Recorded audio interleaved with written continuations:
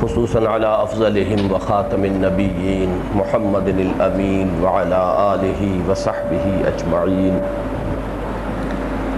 اما بعد فاعوذ باللہ من الشیطان الرجیم بسم اللہ الرحمن الرحیم رب اشرح لی صدری ویسر لی امری واحلل عقدۃ من لسانی یفقہوا قولی۔ اس سلسلے میں سب سے پہلی اطلاع میں آپ حضرات کو یہ دینا چاہتا ہوں کہ میں نے ڈاکٹر تقی الدین صاحب کی موجودگی کو اس نشست میں مناسب نہیں سمجھا، اور سابقہ شورا جو ہماری مرکزی شورا تھی اس کو بھی میں نے اسی لیے مشورے کے لیے بلایا تھا، اور ان کی موجودگی میں نے یہ مسئلہ سامنے رکھا کہ ڈاکٹر صاحب پر ایک حملہ ذہنی بیماری کا بہت شدید ہو گیا تھا، اور اگرچہ اس کے اسباب بہت سے ہوتے ہیں، پرسنالٹی سٹرکچر ہوتا ہے، کچھ سابق اسباب ہوتے ہیں،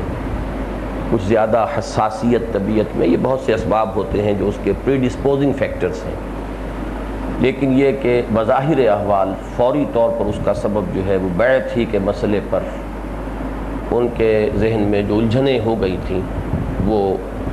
نمایاں ہو کر فوری سبب کی حیثیت سے سامنے آیا تھا۔ تو اس موقع پر میں نے پھر وہ اندیشہ محسوس کیا کہ ایسا نہ ہو کہ اس پر جب تفصیلی گفتگو ہو ان کے ذہن میں کچھ اور اشکالات اٹھے، پھر وہ جواب اور جواب الجواب سے ان کا جذباتی جو ہے کچھ تاثر ہو، اور پھر کوئی اس قسم کا حادثہ دوبارہ پیش آ جائے۔ اب میری مشکل یہ تھی کہ وہ تنظیم میں شامل ہیں، تنظیم کے اہم ساتھی ہیں، ان کی بات کو بالکل نظر انداز کرنا ممکن نہیں ہے تنظیم کی مصلحتوں کے اعتبار سے، لیکن ان سے اس طرح سے میں بات بھی نہیں کرنا چاہتا، بحث و تمہیس اور رد و قضا، جیسے کہ اگر ان کو ساتھ یہ حادثہ پیش نہ آیا ہوتا تو میں پورے اطمینان کے ساتھ کرتا۔ تو اس کا یہی حل سمجھ میں آیا کہ تقریباً ایک ہمارا اس پر اتفاق رائے ہوا کہ وہ اس نشست میں تو شریک نہیں ہوں گے، البتہ اس کا کیسٹ، بلکہ یہ خاص اس موضوع پر ہمارے صرف اندرون تنظیم اگر کبھی ضرورت پیش آئی تو اسے استعمال کریں گے، اور اس وقت اصلاً اس کی ضرورت ڈاکٹر صاحب کے لیے ہے۔ مسئلہ ان کا اصل میں یہ ہے کہ جہاں تک نتیجے کا تعلق ہے اس میں کوئی کرائسس نہیں ہے، کوئی مسئلہ نہیں ہے، لیکن بسا اوقات ایسا ہوتا ہے کہ آپ ایک نتیجے تک پہنچ رہے ہیں کسی ایک استدلال کی چین کے ذریعے سے، کوئی اور شخص جو ہے اس استدلال کی بعض کڑیوں کو تو غلط سمجھتا ہے، لیکن وہ اسی نتیجے پر پہنچ رہا ہے کسی اور استدلال کی کڑی سے۔ تو اگر نتیجہ ایک ہے تو کوئی جھگڑا نہیں ہے، لیکن اگر وہ استدلال کی کڑیوں کے ضمن میں اختلاف جو ہے الجھ جائے تو اس سے بات جو ہے وہ پیچیدہ ہو سکتی ہے۔ نتیجے میں عملاً کوئی فرق واقع نہیں ہوتا کہ اسے مباح سمجھا جائے یا اس کے بارے میں کوئی اور رائے رکھی جائے، جیسے کہ میں ابھی عرض کروں گا آپ کے سامنے۔ صورت یہ ہے کہ تنظیمی سطح تک جب تک ایک شخص مطمئن ہے کہ یہ حرام نہیں ہے، غلط نہیں ہے، اور وہ اس پر کاربند ہے، اس کو قبول کر رہا ہے، تو کوئی مسئلہ تنظیمی سطح پر نہیں ہے۔ اب یہ بات ہے ایک علمی نوعیت کی کہ اس کے لیے کیا استدلال ان کا ہے، کیا استدلال میرا ہے، پھر اس میں کہاں کہاں ٹکراؤ آتے ہیں۔ جیسے کہ آپ نے بھی محسوس کیا ہوگا کہ جب کراس کوسچننگ ہوئی تو اس سے بھی معاملہ جو ہے وہ میں نے بگڑتے ہوئے محسوس کیا تھا، اور میں نے اس کو روکا تھا کہ بسا اوقات یہ کراس آرگیومنٹ اور کراس کوسچننگ جو ہے وہ بھی آدمی کو جو ہے خام خواہ کو پرپلیکس کر دیتا ہے۔ تو وہ اس چیز پر کہ اقامت دین کی کوئی تعبیر ان کے ذہن میں ہے، وہ فرض نہیں عن المنکر امر بالمعروف کو سمجھ رہے ہیں، تو کوئی نتیجے میں فرق واقع نہیں ہوتا۔ اس کے لیے اس تنظیم کے قیام اور ضرورت پر نتیجتاً اتفاق ہے۔ پھر یہ کہ بیعت کے معاملے میں ان کا استدلال کیا ہے اور کسی اور کا استدلال کیا ہے، اس سے کوئی فرق واقع نہیں ہوتا، جب تک کہ دونوں کے نزدیک اس میں کوئی چیز خلاف شرع نہیں ہے، تو نتیجہ جو ہے اس میں کہیں کوئی اختلاف نہیں ہے۔ لیکن جو انہوں نے استدلال اور جو اپنا ایک طویل سلسلہ جو ہے پیش کیا آج، اس کے ضمن میں بہرحال چونکہ مجھے یہ میرا اندازہ ہے کہ بہت سے حضرات کے ذہنوں میں اس سے سوالات پیدا ہو گئے ہیں،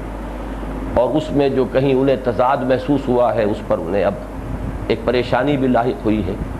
تو تنظیم کی مصلحت اس کی متقاضی ہے کہ میں اس پریشانی کو دور کروں۔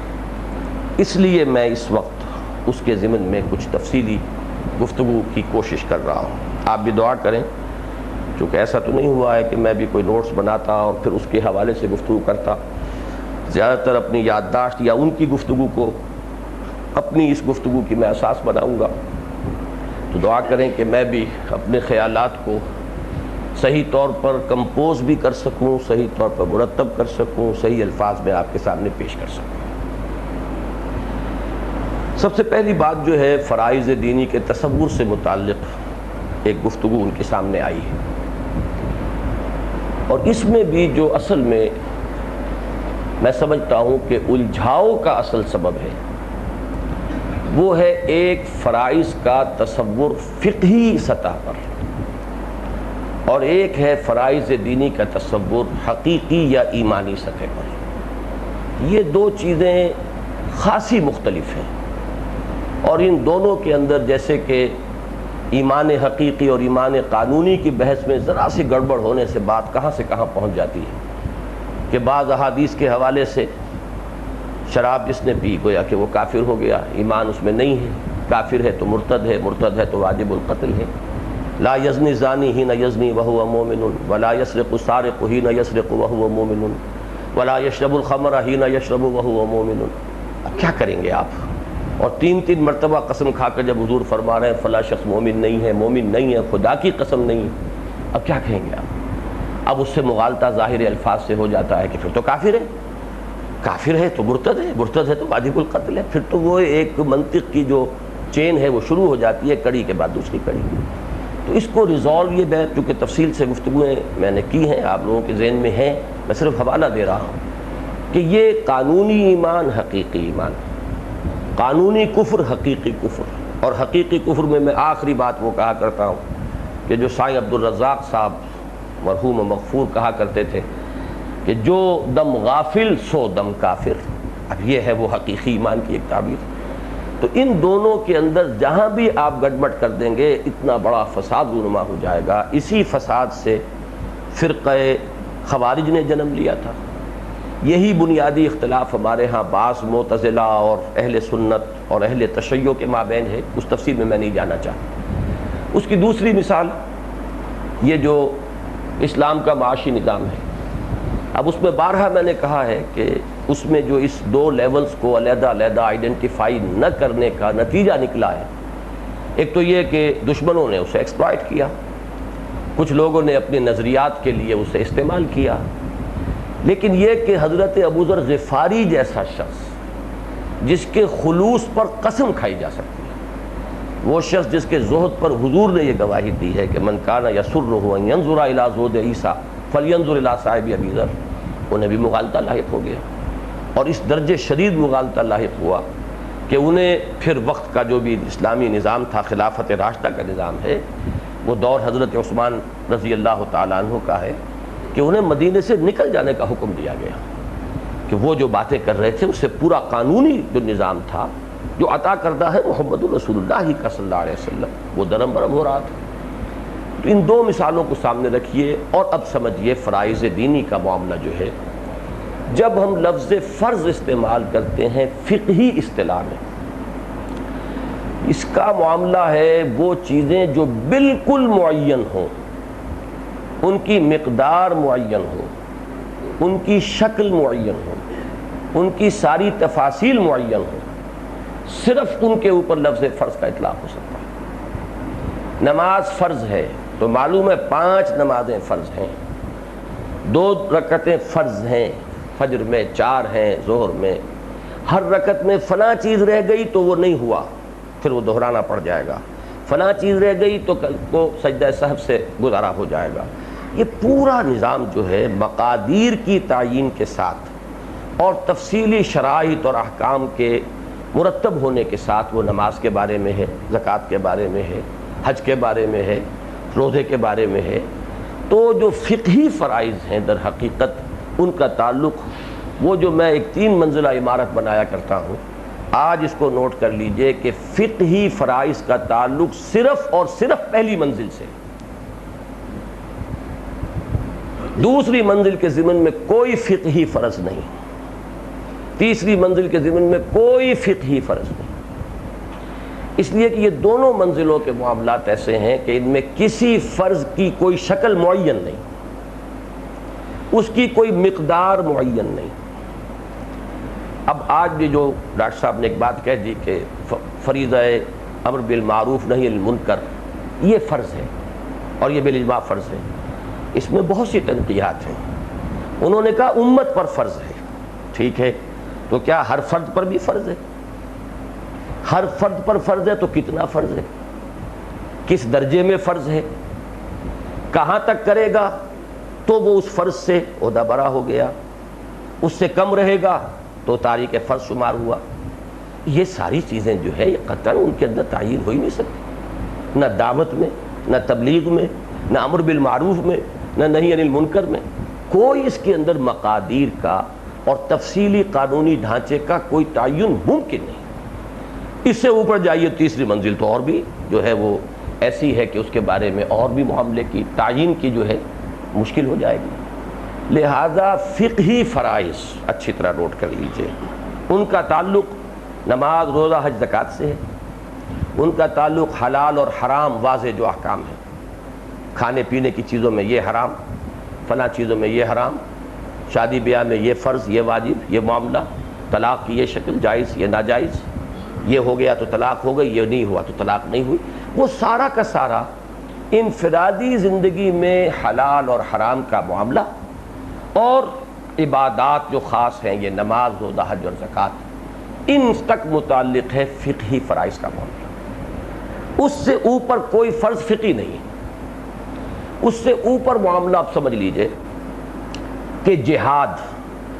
جب فقہ کی اصطلاح میں بات کریں گے تو اس کے معنی ایک ہی ہوں گے اور وہ قتال ہے، اور نمبر 2 وہ ہمیشہ فرض کفایہ رہے گا، فرض عین کبھی ہے ہی نہیں۔ یہی میں نے بارہا آپ کو بتایا ہے کہ جہاد کے معاملے میں مسئلہ تو یہی ہوا ہے، اس کی محدودیت ہوتے ہوتے یہاں آ گئی۔ جب ساری چھاپ فقہی بات کی ہے تو فقہ میں تو جہاد کے معنی قتال ہے، ساری اس کی ابواب، بلکہ حدیث کے ابواب میں بھی آپ دیکھیں گے تو وہ یہی بات نظر آئے گی۔ پھر یہ کہ اس کے اندر ہر وقت تو وہ فرض ہی نہیں، پھر فرض کفایہ ہے جب بھی ضرورت پیش آ جائے، ہر انسان پر پھر بھی فرض نہیں، اور کبھی بھی فرض عین نہیں ہوگا جب تک کہ پھر کہیں وہی نظام نہ ہو جائے کہ پوری دنیا میں مسلمانوں کا ایک ہی نظام ہو اور اس کا امیر کہے کہ یہ نفیر عام ہے۔ وہ میں بعد میں بتاؤں گا آپ کو کہ وہ جماعت کی جو گریڈیشنز ہیں وہ کیا کیا ہیں۔ اس وقت تک یہ فرض عین کبھی ہوگا ہی نہیں، اس لیے کہ اس کے لیے تو ضروری ہے کہ وہ عمارت اور وہ جماعت کی ساری شرائط پوری ہوں تو جو حکم دے گا نفیر عام کا تب وہ فرض عین ہوگا، ورنہ وہ فرض کفایہ رہے گا۔ یہ ہے فقہی معاملہ۔ اسی طرح فقہ میں ہجرت ختم ہو چکی ہے، لا ہجرت بعد الفتح، وہ ہجرت کے جو لازم ہو، فرض ہو، وہ نہیں ہے اب، اس لیے کہ فقہ میں ہجرت کے معنی وہی ہے، اس جگہ کو چھوڑ کر، اپنے وطن کو چھوڑ کر کہیں آ جانا۔ یہ فرض کب ہوگا؟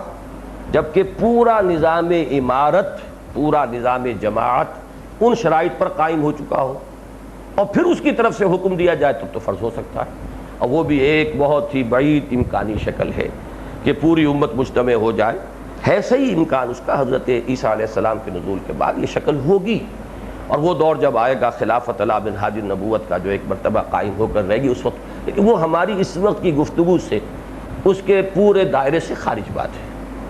تو فقہی اور حقیقی فرائض کے مابین اس فرق کو اچھی طرح سمجھ لیجیے۔ وہ گریڈیشنز جو ہیں فقہ میں، ساری گریڈیشنز ہیں، فرض کے بعد واجب، واجب کے بعد سنت مؤکدہ، سنت کے بعد سنت غیر مؤکدہ، پھر نفل، مستحب، مباح، پھر یہ کہ وہاں سے دائرہ شروع ہو جائے گا مکروہ تنزیہی، مکروہ تحریمی، پھر حرام۔ یہ ساری کیٹیگریز اس لیے قائم کرنی پڑی ہیں کہ جہاں قانون کا مسئلہ ہو وہاں تو واقعتاً بال کی کھال اتارنی پڑتی ہے کہ کون سی چیز کس درجے میں واجب تھی کہ وہ رہ گئی تو وہ کام نہیں ہوا، شرط پوری نہیں ہوئی، اور اگر اس درجے میں ہو گئی تو اگر دوسری کوئی کمیاں اس میں رہ گئی ہیں تو وہ ادا تو ہو گیا فرض۔ اس لیے اچھی طرح نوٹ کر لیجئے کہ فقہی مباحث کا تعلق در حقیقت وہ جو 3 منزلہ عمارت ہماری ہے اس کے کوئی استثناء کسی معاملے میں ہوگا، لیکن اکثر و بیشتر یہ سمجھ لیجئے کہ وہ پہلی منزل سے متعلق ہے۔ دوسری منزل اور تیسری منزل کا تعلق یوں اب تعبیر کا فرق ہے، اسے کہیں کہ وہ ہمارا دین کے لیے دین کی حقیقت کے اعتبار سے فرض ہے یا ہمارا ایمانی فرض ہے۔ میں نے اس کو تعبیر یوں اختیار کی ہے کہ اسلام کے ارکان 5 ہیں، حدیث نبوی میں 5 آئے، حدیث صحیح ہے، متفق علیہ ہے، اس میں کسی شک کی گنجائش نہیں، اب اس میں کوئی کمی بیشی کرنے کا کسی کو حق نہیں تھا قیام قیامت۔ ارکان اسلام وہی 5 رہیں گے، کلمہ شہادت، اس میں یقین بھی شامل نہیں ہے، کلمہ شہادت، نماز، روزہ، حج، زکوٰۃ۔ اب اس کے بعد ایمان حقیقی کے 2 رکن ہیں، ایک یقین دل میں اور دوسرے جہاد عمل میں، یہ اس کے 2 رکن ہیں جو سورہ حجرات کی آیت نمبر 15 کے حوالے سے 2 اور 2 4 کی طرح کی بات سامنے آ جاتی ہے۔ اب جمع کرنا پڑے گا انہیں، اس لیے کہ اسلام عام ہے، ایمان خاص ہے، خاص میں تو عام داخل ہے، اس کے بغیر تو تصور ہی نہیں، لہذا ایمان حقیقی کے اگر ہم یوں کہیں تعبیر کے لیے تو 7 رکن ہو گئے۔ 2 کا تعلق ایمان سے ہے، اقرار باللسان یا کلمہ شہادت اور تصدیق بالقلب، اور 5 چیزوں کا تعلق عمل سے ہے، نماز، روزہ، حج، زکوٰۃ اور جہاد۔ اب جہاد کی 2 منزلیں ہیں، دعوت، تبلیغ، نشر و اشاعت، امر بالمعروف، نہی عن المنکر، شہادت علی الناس، لساناً، قلماً، یہ کیا ہے؟ یہ پہلی منزل ہے۔ دوسری منزل اقامت دین کہہ لیں، تکبیر رب کہہ لیں، حکومت الہیہ کا قیام کہہ لیں، اسے لیظہرہ علی الدین کلہ کہہ لیں، اسے آسمانی بادشاہت زمین کے اوپر نفاذ اس کا کہہ لیں، جو چاہے کہہ لیں۔ ان اصطلاحات کے اندر یہ تو اصول سمجھ لیجئے، ہمیشہ میں نے کہا ہے 2 اصطلاحات کوئی بھی ایگزیکٹلی ہم معنی نہیں ہوتی، 19 20 20 21 کا فرق رہے گا۔ اصطلاحات کی تو بات دور کی ہے، 2 الفاظ کسی ایک زبان کے، 2 الفاظ اگر وضع ہوئے تو 2 مفہوم ہے لازماً، ممکن نہیں ہے کہ ایک مفہوم کے لیے 2 الفاظ وضع کیے جائیں، لیکن ہم ان کو جب جمع کیا کرتے ہیں تو مترادفات قریب کے الفاظ کو جمع کر دیتے ہیں۔ اس اعتبار سے میں نے گروپ کیا کہ اسلام، اطاعت، تقوی، عبادت، یہ پہلے گروپ ہے، دعوت، تبلیغ، امر بالمعروف، نہی عن المنکر، شہادت علی الناس، یہ دوسرے پر۔ تیسرا تکبیر رب، اقامت دین، اظہار الدین الحق علی الدین کلہ، اور لیکون الدین کلہ للہ، یا لتکون کلمۃ اللہ ہی العلیٰ، یا آسمانی بادشاہت، یا حکومت الہیہ کا قیام، یا قیام نفاذ نظام مصطفیٰ، میں تو یہاں تک لے آیا اس کو۔ ان سب کا مفہوم ایک دوسرے سے بہت قریب ہے۔ دوسری بات، اور یہ چیزیں جو ہیں وہ ایمان کے فرائض میں سے، اس کو جب بھی ہم کہیں گے زوردار انداز میں کہیں گے، جب تک اس کی فرضیت واضح نہیں کریں گے لوگ آگے آئیں گے نہیں، لیکن اس فرضیت کا تعلق اس فقہی نظام سے نہیں ہے، اس کو ڈسکریٹلی اچھی طریقے سے علیحدہ علیحدہ سمجھ لینا چاہیے، نہ سمجھنے سے بہت گھپلا ہو سکتا ہے۔ دوسری بات ان اصطلاحات کے ضمن میں جو بہت اہم ہے وہ یہ ہے، اور اس کی مثال میں نے کئی دفعہ دی ہے، کہ جیسے ایک شہر لائل پور کا گھنٹہ گھر، وہ اس بازار میں سے جاؤ تب بھی وہیں پہنچ گئے، اس بازار سے جاؤ اس میں پہنچ گئے۔ اس طرح جنت کی مثال دیا کرتا ہوں، حضور نے فرمایا اس کے بہت سے دروازے ہیں، کسی کو ایک نمازیوں کو بلایا جائے گا ایک دروازے سے، اور جو صدقہ خیرات کرنے والے دوسرے سے، یعنی نفل عبادت، فرض تو سب کو کرنا ہے لیکن نفل عبادت کے اعتبار سے ذوق مختلف ہیں۔ اور حضرت ابوبکر کا وہ واقعہ سنایا کرتا ہوں میں کہ حضرت ابوبکر نے سوال کر لیا کہ حضور کو ایسا خوش قسمت بھی ہوگا جسے تمام دروازوں سے پکارا جا رہا ہو، تو حضور نے مسکرا کر جواب دیا، آپ سمجھ گئے کہ یہ اصل میں کیا ان کے اس وقت ذہن میں ہے، تو آپ نے مسکرا کر فرمایا کہ ہاں اور تم انہی میں سے ہو۔ یہ ان کی ایک فضیلت کا ایک اندازہ ہوا اس سے۔ اسی طریقے سے دین کی اکثر بنیادی اصطلاحات اتنی جامع ہیں، یہ پورا سے منزلہ نقشہ اس ایک اصطلاح کے حوالے سے بھی سامنے آ سکتا ہے، لیکن جب ہم اس کو علیحدہ علیحدہ رکھتے ہیں تو پھر اس کا ایک محدود جو ہے ایک اصطلاح کا محدود مفہوم اس کو بھی معین کرتے ہیں۔ مثال کے طور پر لفظ عبادت، میں آپ کو بتایا کرتا ہوں کہ ٹاپ تک کا مفہوم عبادت میں شامل ہے۔ کیوں؟ عبادت کے معنی کیا؟ بندہ بننا، بندہ انفرادی طور پر بھی بننا، اجتماعی طور پر بھی بننا۔ پورا بندہ بن ہی نہیں سکتا جب تک کہ اجتماعی ماحول بندگی والا نہ ہو، کہیں نہ کہیں سینگ پھنسے گا۔ ایک square peg in a round hole اور a round peg in a square hole چل ہی نہیں سکتا۔ کوئی نہ کوئی دین کا حصہ رہ جائے گا جس پر وہ عمل نہیں کر سکتا جب تک کہ پورا ماحول جو ہے وہ تو اقامت دین کہہ لیں، حکومت الہیہ کہہ لیں، صرف عبادت کے لفظ میں بھی سب کچھ مضمر ہے۔ اس طرح شہادت کے لفظ میں سب کچھ مضمر ہے۔ اسلام میں داخل ہوتے ہیں کلمہ شہادت، پھر جب آپ پہلی منزل پر عمل پیرا ہیں تو آپ عملی شہادت دے رہے ہیں، نماز پڑھ رہے ہیں، عملی گواہی دے رہے ہیں۔ آپ نے داڑھی رکھی، آپ نے عملی گواہی دی ہے کہ میں اسے سنت سمجھتا ہوں اور میں محمد رسول اللہ صلی اللہ علیہ وسلم کی سنت کو میں سمجھتا ہوں واجب الاطاعت۔ یہ آپ کی عملی گواہی ہے جو آپ دے رہے ہیں۔ پھر یہ کہ ایمان بھی اس گواہی کے اندر آ گیا کہ عقائد آپ کے درست ہوں گے، آپ سے گواہی دیں گے۔ پھر اس سے آگے بڑھیے، یہی گواہی اجتماعی سطح پر جب آپ دیں گے تو حجت قائم ہوگی کہ اگر آپ کہتے ہیں کہ ہمارا دین ایک مکمل نظام زندگی ہے، اس میں یہ بھی ہے، یہ بھی ہے، یہ بھی ہے، سیاست بھی سب سے اعلیٰ، معیشت بھی سب سے اعلیٰ، سماج بھی سب سے اعلیٰ، تو اس کی گواہی جب تک آپ پیش نہیں کریں گے عملاً تو گواہی کا حق کہاں ادا ہوا؟ تو اس میں اقامت دین تک کا مسئلہ آ گیا۔ تو یہ اتنی جامع اصطلاحات ہے، میں نے تو یہاں تک کر کے آپ کو بتا دیا کہ لفظ توحید میں سب کچھ مضمر ہے۔ توحید فی العقیدہ ایمان آ گیا، توحید فی العمل انفرادی سطح پر وہ بندگی رب آ گئی، اللہ کا بندہ بنیں گے تو توحید فی العمل ہوئی نا انفرادی سطح پر۔ توحید فی العمل اجتماعی سطح پر وہی اقامت دین ہے، وہی حکومت الہیہ ہے، وہی اللہ کے دین کی، وہی خلافت علی منہاج نبوت کا قیام۔ تو یہ اصطلاحات جو ہیں ان میں سے بعض اتنی گمبھیر ہیں، اتنی جامع ہیں کہ ان کے حوالے سے آپ پوری بات کر سکتے ہیں۔ اب دیکھیے جہاد تینوں سطحوں پر آیا تھا، جہاد بالنفس، پھر جہاد جو ہے دعوت و تبلیغ میں جان اور مال کا کھپانا، اور جہاد وہ اپنی جان ہتھیلی پر رکھ کر میدان میں آ جانا، وہ قتال ہے۔ لفظ جہاد میں سب کچھ موجود ہے۔ انفاق میں سب کچھ ہے، انفاق کے معنی کھپانا، لگا دینا، انفاق مال اور بذل نفس یا انفاق نفس، جان کھپانا، یہی تو ہے وہ جہاد بالنفس۔ تو ان اصطلاحات کے اندر یہ بات موجود ہے اور یہ ان کا حسن ہے، اور قرآن مجید نے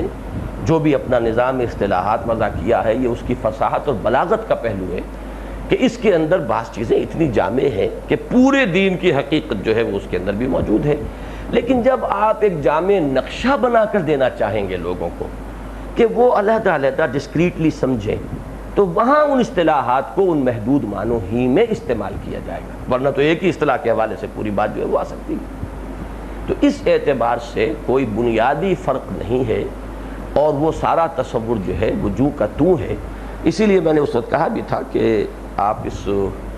معاملے میں زیادہ وقت نہ صرف کریں، اس میں کوئی نتیجے کے اعتبار سے فرق واقع نہیں ہوتا۔ باقی تعبیر جو ہے وہ ہر شخص، ہر مفکر، ہر جو بھی غور و فکر کرنے والا ہے وہ تعبیر تو اپنی انداز اختیار کرتا ہے۔ اس تعبیر میں جماعتی زندگی کا اصل رسول یہی ہے کہ جہاں کوئی میجر کلیش نہ ہو وہاں ہم جمع رہ سکتے ہیں۔ باقی تو دو افراد اللہ نے ایک جیسے نہیں بنائے، دو انسانوں کے انگوٹھوں کے نشان ایک جیسے نہیں بنائے، تو دو افراد کے ذہنوں کی ساخت، مزاج کی ساخت کیسے ایک ہو جائے گی؟ تو وہ کسی بھی ادھر سے ادھر سے ہو کر پہنچ جائیں، لیکن نتائج میں جب متفق ہیں ساتھ چلے گی، اس میں کوئی وہ رکاوٹ درمیان میں نہیں آئے گی۔ اسی طرح دیکھیے تبلیغی جماعت پر چونکہ ایک بات آ گئی تھی تو میں اس کے حوالے سے عرض کر دوں کہ میری جو تنقید تھی وہ صرف اتنی نہیں ہے جو انہوں نے بیان کی۔ وہ دعوت اور تبلیغ کہتے ہیں وہ کر رہے ہیں، امر بالمعروف نہی عن المنکر نہیں کر رہے ہیں، میں کہتا ہوں کہ وہ کر تو رہے ہیں، تینوں چاروں میں نقص ہے، کمی ہے۔ تبلیغ کرتے ہیں تو قرآن کی نہیں کرتے، وہ اپنا جو بھی ان کا ایک نصاب ہے، اپنے خیالات ہیں، 6 نمبر ہیں، وہ سب چیزیں جو ہیں وہ تبلیغ اس کی کرتے ہیں، جبکہ تبلیغ جو ہے اصل جو مطلوب ہے وہ قرآن کی ہے۔ اعلیٰ تبلیغ، تذکیر، انذار، تبشیر، یہ سب جو ہے قرآن ہونا چاہیے۔ تو ان کی تبلیغ اپنے اس مرکز محور سے ہٹی ہوئی ہے۔ اسی طریقے سے دعوت کے 3 لیول ہیں، وہ صرف ایک لیول پر کام کر رہے ہیں، یعنی وہ جو میں نے صبح بیان کیا تھا کہ وہ جو ایک ہے دعوت ایک عوامی سطح پر بالموعظۃ الحسنہ، یہ وہ کر رہے ہیں، لیکن یہ کہ اس سے اوپر کا بالحکمہ کا ان کے پاس ان کے سامنے نقشہ ہی نہیں۔ اور اسی طریقے سے وہ تیسری جو نچلی منزل ہے اس کے لیے بھی ان کا کوئی اہتمام نہیں. پھر امر بالمعروف نہی عن المنکر کو انہوں نے پھاڑ دیا ہے. امر بالمعروف تو کسی درجے میں وہ کر رہے ہیں, آخر فضائل کی تبلیغ ہے, تلقین ہے. وہ اتنے لوگ نماز پڑھنے والے بن گئے, اتنے لوگ داڑھیوں والے بن گئے, اتنے لوگوں کے حلیے درست ہو گئے, خالص شرعی ہو گئے, ہم سے زیادہ شرعی ہو گئے, تو کیا یہ بغیر امر بالمعروف کے ہو گیا؟ لیکن یہ کہ اس میں انہوں نے, جو میرا ان پر اعتراض ہے یا میری جو خواہش ہے ان کے بارے میں کہ جو امپرومنٹ وہ کریں, وہ کیا ہے کہ یہ امر بالمعروف اور نہی ان کو جو دو ٹکڑے کر دیا ہے, علیحدہ کر دیا, اس کو یکجا کر دیں. تو میری جو تنقید ہے وہ تو ان تینوں کے حوالے سے ہے. باقی یہ کہ ایک شخص یہ کہے کہ صاحب میرے اندر تو اتنی استعداد ہے. اب یہ مسئلہ جو ہے ان فرائض کے ضمن میں, اس میں کسی کی فرضیت کا دار و مدار کئی چیزوں پر ہوگا. مثلا یہ کہ جہاں تک تو یہ پہلی سطح کے فرائض کا تعلق ہے, اس کا اتنا عام ہے لوگوں کو علم, نماز فرض, روزہ فرض, کہ وہ تو فرض واقعی ہیں ہر شخص کے اوپر. باقی فرائض کا جب تک شعور پیدا نہ کیا جائے وہ اس پر فرض نہیں ہوگا. اسے احساس تو ہو کہ ہے, اور اگر وہ نہیں کر رہا ہے تو اس کے جرم کا حصہ ان لوگوں کے کھاتے میں جائے گا جن کے ذمے تھا ان میں شعور پیدا کرنا. اس میں اگر شعور نہیں ہوا ہے تو اس کا اس وقت جو ہے وہ تارک فرض نہیں ہو رہا, اسے فرض کا علم ہی نہیں, بتایا نہیں گیا. پھر یہ کہ اس میں کوانٹٹی کا تعین فی ما بینہ و بین ربہ ہی ہوگا. وہ کتنا سمجھتا ہے میرے اندر استعداد ہے, میں کتنا کام کر سکتا ہوں. پھر یہ کہ آیا وہ اسی استعداد کے اوپر ہی ٹکا رہتا ہے اور باقی اپنی ساری توانائیاں دنیا میں صرف کر رہا ہے, یا یہ کہ اس کے اندر یہ احساس ہو گیا ہے کہ میرے اندر استعداد کم ہے تو میں استعداد زیادہ حاصل کروں, طاقت نہیں ہے تو طاقت فراہم کروں. ہو صداقت کے لیے جس دل میں مرنے کی تڑپ, پہلے اپنے پیکرے خاکی میں جان پیدا کرے.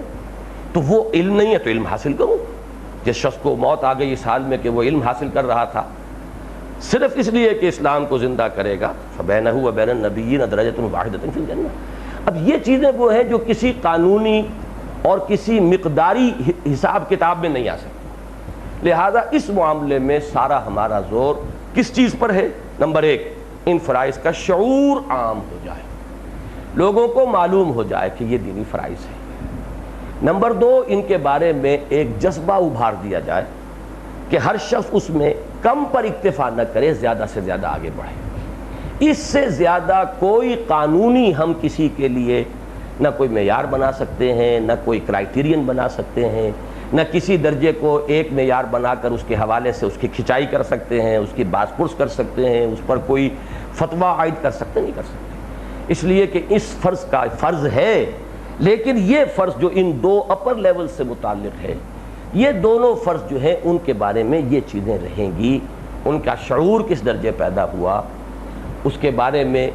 اس کے اندر جذبہ کتنا ابھرا, اس میں پھر وہ کتنے ایثار اور قربانی کے لیے تیار ہوا, جان اور مال کا اور وقت کا کتنا حصہ وہ اس میں ڈیووٹ کرنے کے لیے آبادہ ہوا. اسی اعتبار سے جتنا جتنا آگے بڑھے گا اتنی اتنی فرضیت بڑھتی جائے گی, جتنا شعور بڑھے گا اتنی اس کی فرضیت کے اندر اور اضافہ ہو جائے گا. یہ ان دو لیولز کے فرائض جو ہیں جن کو ہم ایمانی فرائض کہہ رہے ہیں, اس کے ضمن میں معاملہ یہ ہے. جبکہ پہلی سطح کے فرائض کے معاملے میں جیسا کہ میں نے عرض کیا, ان کی مقداریں, اس کے قوانین, اس کے معیارات, وہ ہم میں سے کسی کے اجتہاد پر اب اس کا دار و مدار نہیں ہے, وہ بالکل معین ہو چکے ہیں اور ان کو ہمیں اسی شکل میں برقرار رکھنا چاہیے. اور ہم بھی کہیں اپنے جوش میں آ کر ان اصطلاحات کے گڑبڑ کرنے کی وجہ سے خام خواہ لوگوں کے اندر مغالطے پیدا نہ کر دیں اور نئے نئے جو ہیں اس سے جو ہے پرابلمز اور مسائل جو ہے پیدا نہ کر لیں. تو ایک بات تو مجھے اس ضمن میں عرض کرنی تھی. اب آئیے دوسری بات, اور وہ ہے بیعت کا معاملہ. بیعت کے معاملے میں جس نتیجے پر ڈاکٹر صاحب پہنچے اس کے بعد مسئلہ تو کوئی نہیں, ان کی حد تک کوئی مسئلہ نہیں, وہ اسے مباح سمجھتے ہیں. انہوں نے یہ رائے ظاہر کی کہ مجھے پہلے خلجان تھا, اختلاف تھا, لیکن جب اس میں دو حصے کر دیے گئے, ایک کا تعلق عہد ہے اللہ کے ساتھ اور دوسرے کا تعلق کا تعین ہو گیا کہ اس کام کے لیے میں بیعت کر رہا ہوں. تو اب جو انہیں اس کے اندر جن چیزوں سے اختلاف تھا یا جس میں اندیشہ تھا وہ کم ہو گیا ہے, لہٰذا انہوں نے اس کو قبول کر لیا, اس کی بیعت کے اندر وہ آ بھی گئے. لیکن انہیں اندیشہ ہے کہ لفظ بیعت کے استعمال سے آئندہ کہیں جا کے کوئی فتنہ پیدا نہ ہو جائے تو اس سے ایک مشورہ انہوں نے یہ دیا ہے کہ اس کو اگر ہم ترک کر دیں، چیزیں ساری وہی رکھیں، وہی ڈسپلن ہو، وہی سموتعات ہو، وہی سارا معاملہ ہو، لیکن یہ کہ اس لفظ کے احتراز کریں اس کے استعمال سے، تو یہ ان کا مشورہ ہے صرف۔ اس کے اوپر بھی انہوں نے کوئی یہ نہیں کہا ہے کہ اگر یہ نہیں ہوتا تو میں پھر ساتھ نہیں چل سکتا، یہ بات نہیں، لہذا کوئی پریکٹیکل پرابلم نہیں ہے۔ باقی ان کے اس مشورے کو نہ قبول کر سکنے کے لیے میرے پاس اس لیول کی ایک دلیل ہے، اور وہ یہ ہے کہ نفلی عبادت شروع کرنے کے بعد واجب کے درجے میں ہوتی ہے۔ جو بات کہی تھی الطاف صاحب نے کہ اب اس کو ترک کرنا جو ہے، میں نے اس اب کو، ان کے اب کو بہت انڈر لائن کیا تھا کہ اب کسی صورت اس کو چھوڑنا نہیں چاہیے، تو وہ یعنی یہ کہ اس پورے شعور کے ساتھ انہوں نے بات کہی، یا ان کا اور اپنا کوئی دلیل ہے، یہ دوسری بات ہے، لیکن بات صحیح ہے کہ میرا جہاں تک مزاج ہے وہ تو میں عرض کر چکا، سن 59 سے یہ ذہن میرا بنا ہے، اور ظاہر بات ہے جو دن گزرا ہے اس کے اوپر پختگی آئی ہے، مجھے انشراح ہے، میں نے بڑے بڑے علماء سے بات کر لی ہے، میں نے تمام یہاں بڑے بڑے مفتیان کرام کو جمع کر کے ان کی باتیں سن لی ہیں، میں پوری طرح مجھے انشراح ہے کہ اس میں ہرگز کوئی قباحت نہیں ہے، اور یہ چیز جو ہے جب مسنون طریقہ ایک چیز کا موجود ہو تو اس مسنون طریقے کو چھوڑ کر کوئی اور طریقہ اختیار کرنا کسی مجبوری میں تو شاید ممکن ہو، لیکن میرے نزدیک ہم کام جو کرنے چلے ہیں اقامت دین کی جد و جہد کا، یا وہ فریضہ امر بالمعروف و نہی عن المنکر، یا فریضہ شہادت علی الناس کو ادا کرنے کا، تو اس میں ہمیں زیادہ سے زیادہ سنت سے قریب تر ہو کر اور اسی طریقے کو اختیار کرتے ہوئے چلنا چاہیے، تو میں تو اس پر پورے طور سے مطمئن ہوں۔ البتہ یہ ہے کہ اگر کوئی شخص کوئی دلیل اس طرح کی لاتا ہے تو اس کے مقابلے میں یا اس کے جواب میں میرے پاس دلیل یہ ہے کہ اب اس کے معنی یہ ہوں گے کہ اگر اسے بدلتے ہیں تو عام تاثر، چونکہ یہ بات ہم نے بہت بڑے پیمانے پر پھیلا دی ہے، لہذا اس کے معنی ہو کہ ہمیں شاید یہ چیز اب غلط معلوم ہوئی،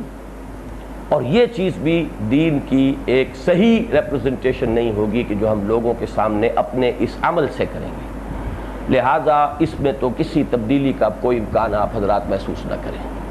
اور یہ جان لیجئے کہ یہ تنظیم جو ہے جس کا نام تنظیم اسلامی ہم نے رکھا ہے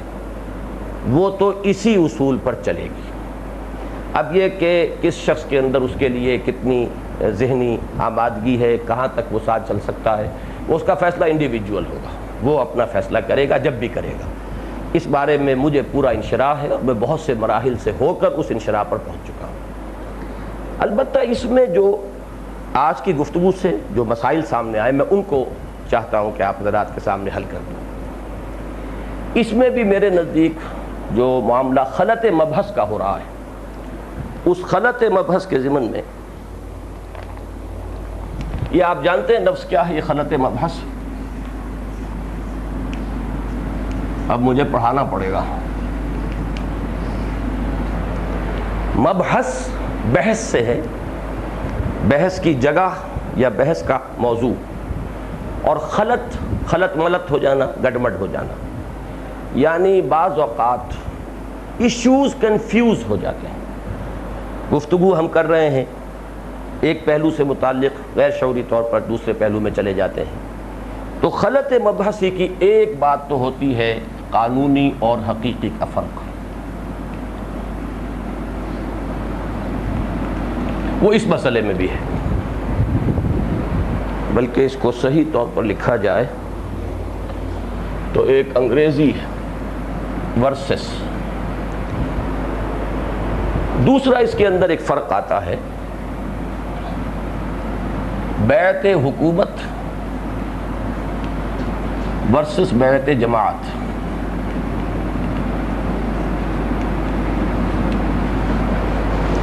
یہ دو چیزیں بالکل جدا ہیں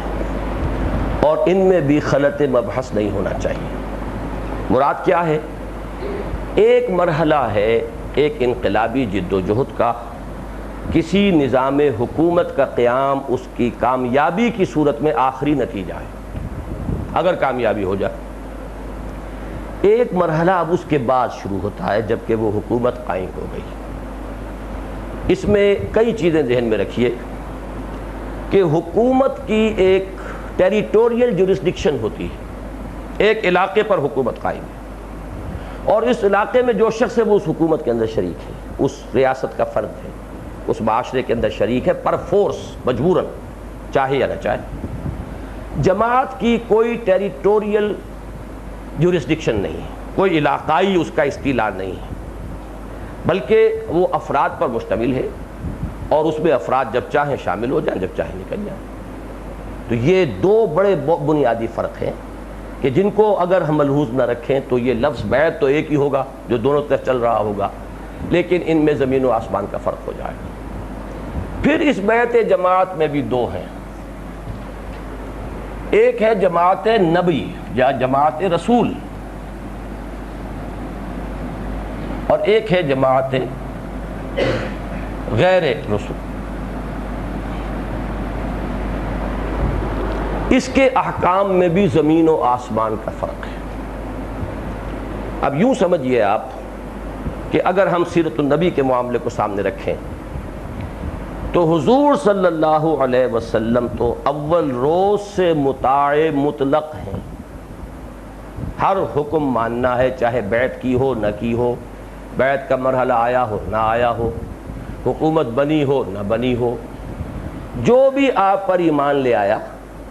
اس پر آپ کی اطاعت مطلقہ فرض ہے، without any limitations, without any condition, unconditional, unlimited obedience۔ لہذا حضور کا جو معاملہ ہے وہ تین مرحلوں میں جائے گا۔ ایک خالص نبی ہونے کی حیثیت سے، کوئی بھی نہ آتے، جماعت بھی نہ بنتی، دو چار ہی آدمی ہوتے، ان کو بھی خیر ہم کہہ سکتے ہیں کہ وہ بھی جماعت ہے، لیکن یہ ہے کہ تب بھی نبی کا بحیثیت نبی، بحیثیت رسول ایک مقام ہے۔ پھر ایک جماعت بن گئی، قافلہ بن گیا، لیکن اسے ابھی کوئی ٹیریٹوریل جورسڈکشن حاصل نہیں ہوئی، کوئی حکومت کہیں قائم نہیں ہوئی۔ اس کو ہم کہہ سکتے ہیں اپنی اصطلاح میں کہ ایک جماعت کے امیر کی حیثیت ہے اس وقت اضافی طور پر۔ پھر اللہ نے کیا کہ ایک حکومت قائم ہو گئی، اب ایک تیسری حیثیت آپ کی ہو گئی، اور وہ یہ ہے کہ آپ اس حکومت کے بھی سربراہ کی حیثیت سے ہوئے۔ تو حضور کے معاملے میں تو غور کرتے ہوئے ان تینوں چیزوں کو علیحدہ علیحدہ ہمیں سمجھنا پڑے گا۔ البتہ جسے چیز کو خلافت راشدہ کہا تھا، اور خلافت علی منہاج النبوہ جس کے لیے دوسری اصطلاح ہے، اس کے بارے میں بھی جان لیجئے کہ نظام حکومت تو وہ حضور کا دور بھی اس میں شامل ہوگا نا، لیکن خلافت راشدہ میں گویا غیر نبی کی اب حکومت آئی۔ غیر نبی کی حکومت کے بہت سے درجے ہیں جو انہوں نے آج گنوائے اور صحیح گنوائے۔ ایک درجہ وہ ہے کہ تمام مسلمان ایک نظام میں ہوں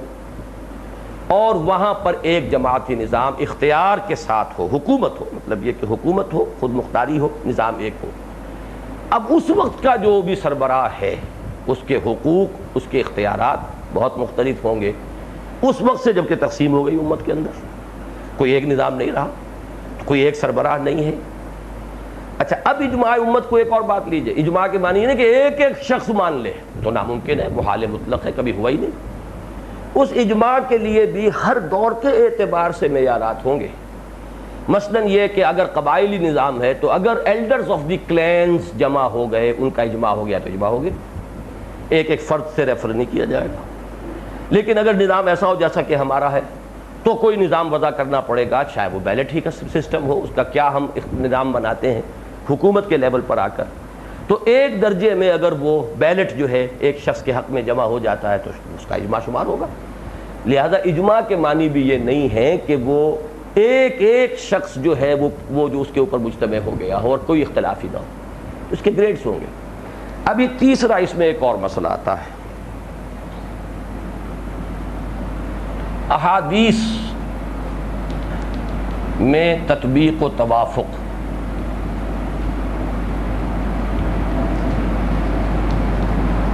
سب سے مشکل کام یہ ہے۔ اب ایک حدیث کو لے کر سارا ہم نے اگر اسی کا تانا بانا بن دیا بہت دور نکل جائیں گے ہم، اور بعض مواقع پر ضل ضلالم بعیدہ کی جو ہے وہ ہمارے اوپر اطلاق ہو جائے گی بات۔ ہمیں بہت سی احادیث کو جو کسی موضوع پر ہیں بظاہر ان میں تضاد نظر آتا ہے۔ مثال کے طور پر جو حدیث وہ کوٹ کرتے رہے، پہلے بھی اس پر بڑی تفصیلی بحثیں ہوئی، آج پھر انہوں نے کوٹ کی ہے، اس سے تو یہ معلوم ہوا کہ اگر کوئی اختلاف ہے، کچھ اور ہے، اول تو یہ کہ اگر کوئی میری سنت سے اور ہٹ بھی گیا ہے تب بھی تم مانو، اس کا کہنا مانو، کوڑے مارے جو کرے لیکن مانو۔ پھر یہ کہ جب اگر بالکل فتنہ اور فساد ہو جائے اور کوئی بھی اجتماعیت نہ رہے تو پھر کہیں جاؤ کسی کونے کھدرے کے اندر بیٹھ جاؤ۔ ٹھیک ہے، حدیث ہے، بخاری کی حدیث ہے، حدیث کا انکار نہیں، لیکن دوسری طرف حدیث کیا ہے کہ اللہ نے کسی نبی کو اپنی امت میں نہیں بھیجا، ما بعث اللہ من نبی من قبلی فی امتہ الا کان لہ حواریون واصحاب یاخذون بسنتہ ویہتدون بامرہ یقتدون بامرہ ثم انہ تخلف من بعدہم خلوف، پھر ان کے بعد ایسے ناخلف لوگ آئے کہ یفعلون ما لا یؤمرون ویقولون ما لا یفعلون، کہ وہ کہتے وہ تھے جو کرتے نہیں تھے، اور کرتے وہ تھے کہ جس کا انہیں حکم نہیں ہوا تھا۔ فمن جاہدہم بیدہ فہو مؤمن ومن جاہدہم بلسانہ فہو مؤمن ومن جاہدہم بقلبہ فہو مؤمن، یہ بھی حدیث ہے، اور حضرت عبداللہ ابن مسعود سے مسلم شریف کی۔ تطابق کرنا پڑے گا کہ کس چیز کا کہاں انطباق ہو رہا ہے، کس چیز کا کہاں اطلاق ہو رہا ہے، پھر ان کے مابین ریکنسیلیشن کیا ہے۔ ان تمام چیزوں کو جب تک سامنے نہیں رکھیں گے تو کسی ایک حدیث سے سارے احکام کا استنباط جو ہے وہ ہو سکتا ہے کہ بعض اوقات، میں ہر حدیث کے بارے میں یہ نہیں کہہ رہا ہوں، لیکن بہت سے موضوعات پر بہت سی احادیث ایسی ہیں کہ ان میں سے ایک حدیث کو لے لیا جائے تو پھر یہ کہ بات بہت دور نکل جائے گی اور بہت غلط رخ پر آدمی پڑ جائے گا۔ تو اس میں توافق اور تطابق میں اب دیکھیے دو رائیں بن جائیں گی، ایک کے نزدیک وہ محکم ہوگی، اس کی تعویل کریں گے، ایک کے نزدیک یہ محکم رہے گی، اس کی تعویل کریں گے، یہی شکل ہوگی نا۔ لہٰذا ہمارے ہاں دو مزاج شروع سے بن گئے۔ ایک مزاج بنا ہے زیادہ تر اہل حدیث حضرات کا، وہ حدیث کے ظاہر کو لیتے ہیں اور اس کی وجہ سے ان کا مزاج یہ ہے کہ کوئی فاسق فاجر کچھ بھی ہو، جب تک کفر بواہ کا حکم نہ دے اس کے خلاف نہیں کھڑے ہو سکتے، بغاوت نہیں۔ ایک مزاج ہے فقہا کا، جن میں سر خیل جو ہیں امام ابو حنیفہ ہے رحمۃ اللہ علیہ، ان کے نزدیک خروج ہو سکتا ہے، فساق و فجار اگر حکمران ہو جائیں، البتہ اس کی شرطیں ہیں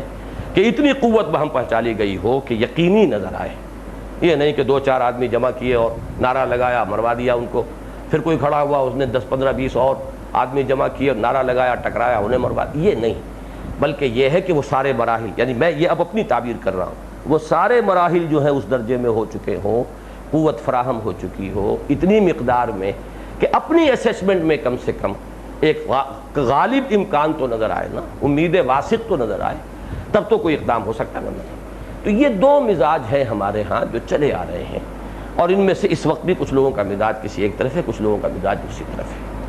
البتہ اب جہاں تک بیعت کا تعلق ہے اسے سمجھیے، کیا کرنا چاہیے۔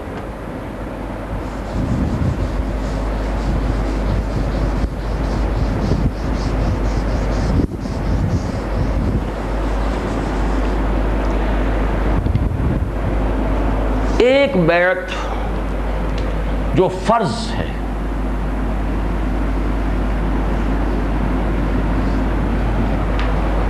اس معنی میں کہ اس سے علیحدہ رہنا یا اس سے نکل جانا کفر ہوگا،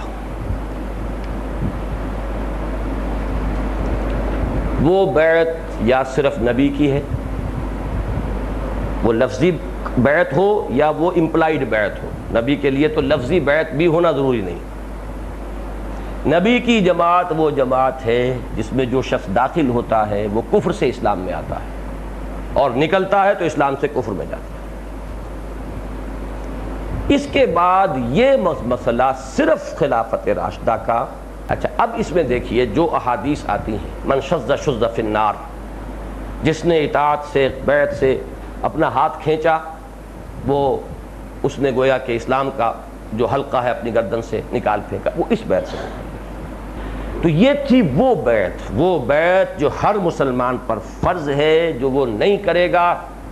تو وہ گویا کہ اسلام کے دائرے سے باہر نکل جائے گا، نہ صرف حقیقی قانونی بھی کہ وہ واجب القتل ہو جائے گا۔ وہ بیعت، وہ فرض بیعت صرف یا نبی کی ہے، چاہے لفظاً ہو چاہے مفہوماً، اور بیعت ہے اس خلافت راشدہ کی، یا تیسرے نمبر پر یہ ہوگی کبھی اگر وہ دور دوبارہ آ گیا کہ پورے عالم اسلام میں پوری امت کی ایک وحدت اور خود مختاری اسلام کا غلبہ ہو جائے، پھر وہ اسی حکم میں آئے۔ اس کے بعد درجہ بدرجہ آپ نیچے آئیے۔ اب ایک درجہ ہے کہ اختلاف ہو گیا حضرت علی کے زمانے میں۔ حضرت علی رضی اللہ تعالیٰ عنہ کے زمانے میں جب اختلاف ہو گیا تو یہ جو واقعات آ رہے ہیں احادیث میں، اب اس میں ظاہر بات ہے کہ دو راستے ہیں ہر شخص کے لیے۔ ایک راستہ تو یہ ہے کہ وہ قرآن کی اس آیت پر عمل کرے کہ وَإِن طَائِفَتَانِ مِنَ الْمُؤْمِنِينَ اقْتَتَلُوا فَأَصْلِحُوا بَيْنَهُمَا فَإِن بَغَتْ إِحْدَاهُمَا عَلَى الْأُخْرَى فَقَاتِلُوا الَّتِي تَبْغِي حَتَّى تَفِيَ إِلَىٰ أَمْرِ اللَّهِ، کہ وہ معین کرے پہلے اپنی رائے کہ ان میں سے کون حق پر ہے۔ جب ایک حق پر ہوگا دوسرا باغی شمار ہوگا، پھر وہ اس باغی کے ساتھ جنگ کرے، ان کے ساتھ مل کر جنہیں وہ حق پر سمجھ رہا ہے۔ یہ ایک طرز عمل ہے۔ یہ کس کے لیے فرض ہو جائے گا؟ کہ جس کا واقعتاً انشراح ہو جائے کہ یہ حق پر ہے اور یہ باغی۔ ایک شخص ہے جس کو کہ حضور نے فتنے کی کیفیت میں یہاں تک فرمایا کہ ایک شخص حیران ہو جائے گا، سمجھ میں نہیں آئے گا کسے حق پر کہوں کسے باطل کہوں۔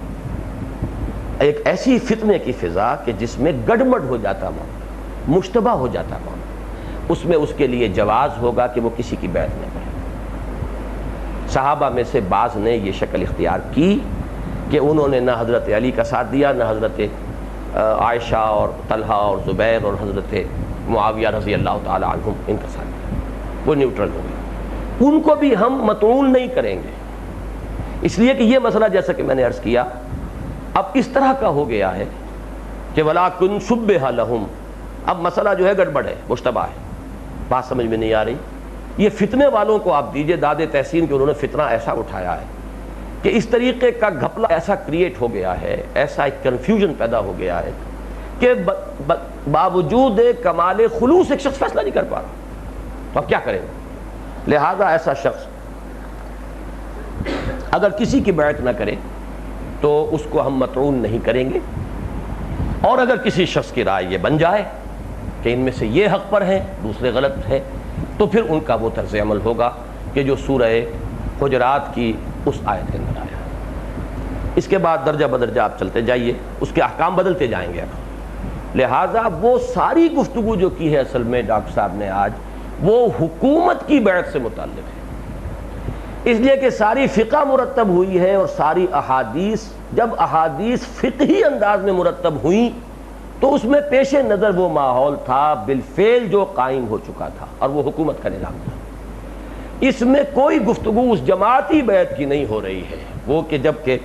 بالکل نظام درہم برہم ہو گیا، اسلام کا قصر بالکل زمیں بوس ہو گیا، ساری عمارت جو ہے وہ گر گئی، اب اثر نو اس کو چلانے کا اور بنانے کا اور محنت کرنے کا مسئلہ ہے، تو اس معاملے میں اب کیا ہوگا؟ اب اس کو سمجھیے۔ اس میں اب یہ ہے جیسا کہ میں نے عرض کیا، پہلے تو جو جاگ جائیں گے ان کے ذمہ ہوگا دوسروں کو جگانا، جاگو اور جگاؤ، وَلْتَكُمْ مِنْكُمْ أُمَّةٌ کی ایک شکل اختیار کرو۔ لیکن اب جو وہ جماعت بنیں گے تو وہ جماعت ہوں گے، الجماعت نہیں ہوں گے۔ یہ ایک چھوٹا سا پیرا ہے ہماری قرارداد تاسیس کے جو ہے وضاحت کے آخر میں۔ الجماعت نہیں، الجماعت وہ جس میں رہنا فرض، جس سے نکلنا اسلام سے کفر میں جانا، یہ جماعتیں بنیں گی، یہ الجماعت نہیں ہوگی۔ اس میں جو شخص چاہے داخل ہو، اس میں داخلے کی بھی شرط کیا ہوگی؟ جیسا کہ میں ہمیشہ بیان کرتا رہا ہوں کہ انہیں اسے اطمینان ہو جائے کہ یہ کام ٹھیک ہے اور طریقہ کار صحیح ہے، اور یہ شخص میں اس پر اعتماد کر سکتا ہوں، جہاں تک اس کا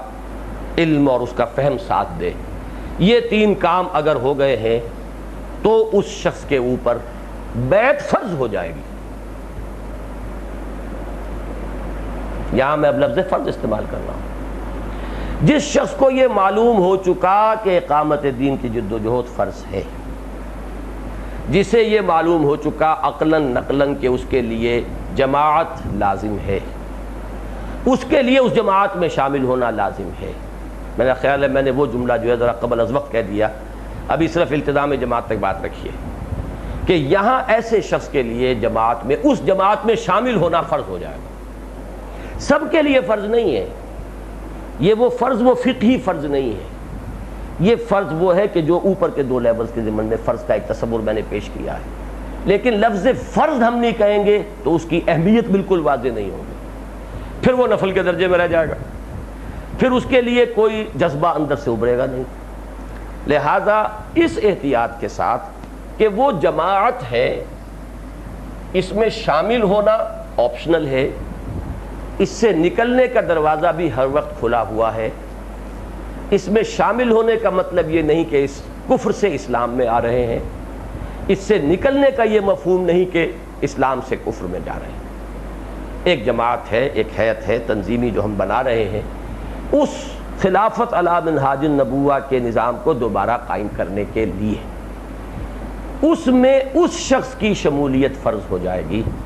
جس پر نمبر ایک اقامت دین کی فرضیت کا تصور واضح ہو جائے، اور نمبر دو پھر اس جماعت کے بارے میں اسے اطمینان ہو جائے کہ یہ جماعت صحیح رخ پر کام کر رہی ہے، صحیح طریق پر کام کر رہی ہے، اور اس میں جو لوگ شامل ہیں جو اس کے ارباب حل و عقد ہیں، میں ابھی یعنی جمع کا صیغہ استعمال کر رہا ہوں، ان پر میں اعتماد کر سکتا ہوں، اس شخص پہ پھر فرض ہوگا اس میں شامل ہونا۔ اور جب ان تین میں سے کوئی ایک چیز نہیں رہے گی، اس کے پاس جواز ہوگا اس سے نکل جانے کا۔ اگر وہ سمجھتا ہے، اس نے ریوائز کیا کہ میں نے تصور سمجھا تھا ان کا صحیح ہے، وہ تو صحیح نہیں ہے، اب میرا فکر یہ ہے، یا یہ کہ ان کا تصور اب بدل گیا، پہلے کچھ اور تھا وہ صحیح تھا اب بدل گیا ہے کچھ اور ہے، یا وہ یہ سمجھے کہ وہ طریقہ کار جس کو میں نے صحیح سمجھا تھا، جس پر میں آیا تھا، یا تو وہی غلط تھا، مجھے اس وقت مغالطہ لگا تھا، اب میرا نظریہ صحیح ہے اور یہ غلط ہے، یا یہ کہ پہلے صحیح تھا اب انہوں نے ٹرن لے لیا ہے، رخ موڑ لیا، طریقہ کار غلط ہو گیا، یا یہ کہ میں نے پہلے یہ سمجھا تھا کہ یہ لوگ قابل اعتماد ہیں، مخلص ہیں، اب مجھے تو سمجھ میں یہ آیا کہ یہ تو بہروپی ہیں، انہوں نے تو دھندا بنایا، دنیاوی اپنے اقتدار کے حصول کا زینہ بنایا۔ ان تین میں سے کوئی ایک شکل بھی ہو جائے تو اس کے پاس پورا جواز ہے اس سے علیحدہ ہوگا۔ یہ دوسری بات ہے کہ اس کے مراحل کیا ہوں گے، اس کے ساتھیوں کا حق ہوگا کہ وہ اسے واضح کرے کہ اب میری بات کیا ہے، کھلے دل سے خود بھی، وہ تو ہے نا درمیانی مراحل۔ میں آخری بات کہہ رہا ہوں کہ سارے پاپڑ بیلنے کے باوجود ایک شخص اس نتیجے پر پہنچتا ہے تو اس کے لیے بالکل جائز ہوگا، اور قطعاً اس کے اوپر کوئی فقہی فتویٰ نہیں لگے گا۔ البتہ یہ اب حقیقت کے اعتبار سے جس شخص کی واقعتاً ان تین میں سے کوئی بات نہ ہو، بلکہ ہمت اب جواب دے رہی ہے، کام کرنے کو تیار نہیں، انانیت جو ہے وہ ابا کر رہی ہے، اگر ان میں سے کوئی چیز ہے تو مانن یہ ارتداد ہے، حقیقتاً پھر یہ جو ہے وہ در حقیقت وہ اس پہلو سے بہت قبیح شے ہو جائے گی۔ البتہ یہ کہ یہ معاملہ داخلی ہے اس کا اور اس کے رب کے باب ہے، کوئی شخص اس پر کوئی فقہی فتویٰ لگانے کا مجاز نہیں ہے۔ یہ اس طرح کی بات ہے جیسے نفاق کا معاملہ ہے کہ نفاق جو ہے وہ کوئی لیگل اینٹیٹی نہیں ہے، نفاق کا کوئی فقہی فتویٰ جو ہے نہیں لگایا جا سکتا، فتویٰ تو یہ ہوگا مسلم اور غیر مسلم کا، لیکن حقیقت کے اعتبار سے بات وہاں پہنچ جائے گی۔ لیکن یہ کہ اگر تین میں سے کوئی بات حقیقتاً موجود ہے، واقعتاً موجود ہے، تو اس کا اس سے علیحدہ ہونے کا جواز پورا موجود ہے۔ تو اس جماعت اور الجماعت کے فرق کو آپ سمجھ لیجئے، تو پھر کوئی اس کے اندر اشتباہ نہیں رہے گا۔ وہ حدیثیں جتنی ہیں، یہ میں نے جب یہ محاضرات ہوئے تھے اور اپنا میں نے شروع کا ایک 6 صفحے کا وہ دیا تھا اپنی عبارت، اس میں کچھ تھی اس میں شدت والی بات، لیکن اس شدت والی بات کو میں نے ایک تو فوراً اس سے پہلے ہی جو جمعہ ہوا تھا اس میں بھی اس کی وضاحت کر دی تھی، اس کے بعد محاضرات میں بھی وضاحت کر دی تھی، اس کے بعد وہ چھاپ بھی دی تھی کہ میں اس مغالطے میں تھا۔ 2 مغالطے اصل میں میرے رفع ہوئے اس میں، اور مجھے بہت بڑا فائدہ ہوا اس دوران میں۔ اگر وہ میں کام نہ کرتا، وہ ایکسرسائز ہی نہ کرتا، تو وہ شاید مغالطے میرے اندر رہتے۔ ایک مغالطہ یہ کہ میں نے یہ سمجھا کہ 2 ہی راستے ممکن ہیں، یہ سمجھتا تھا میں،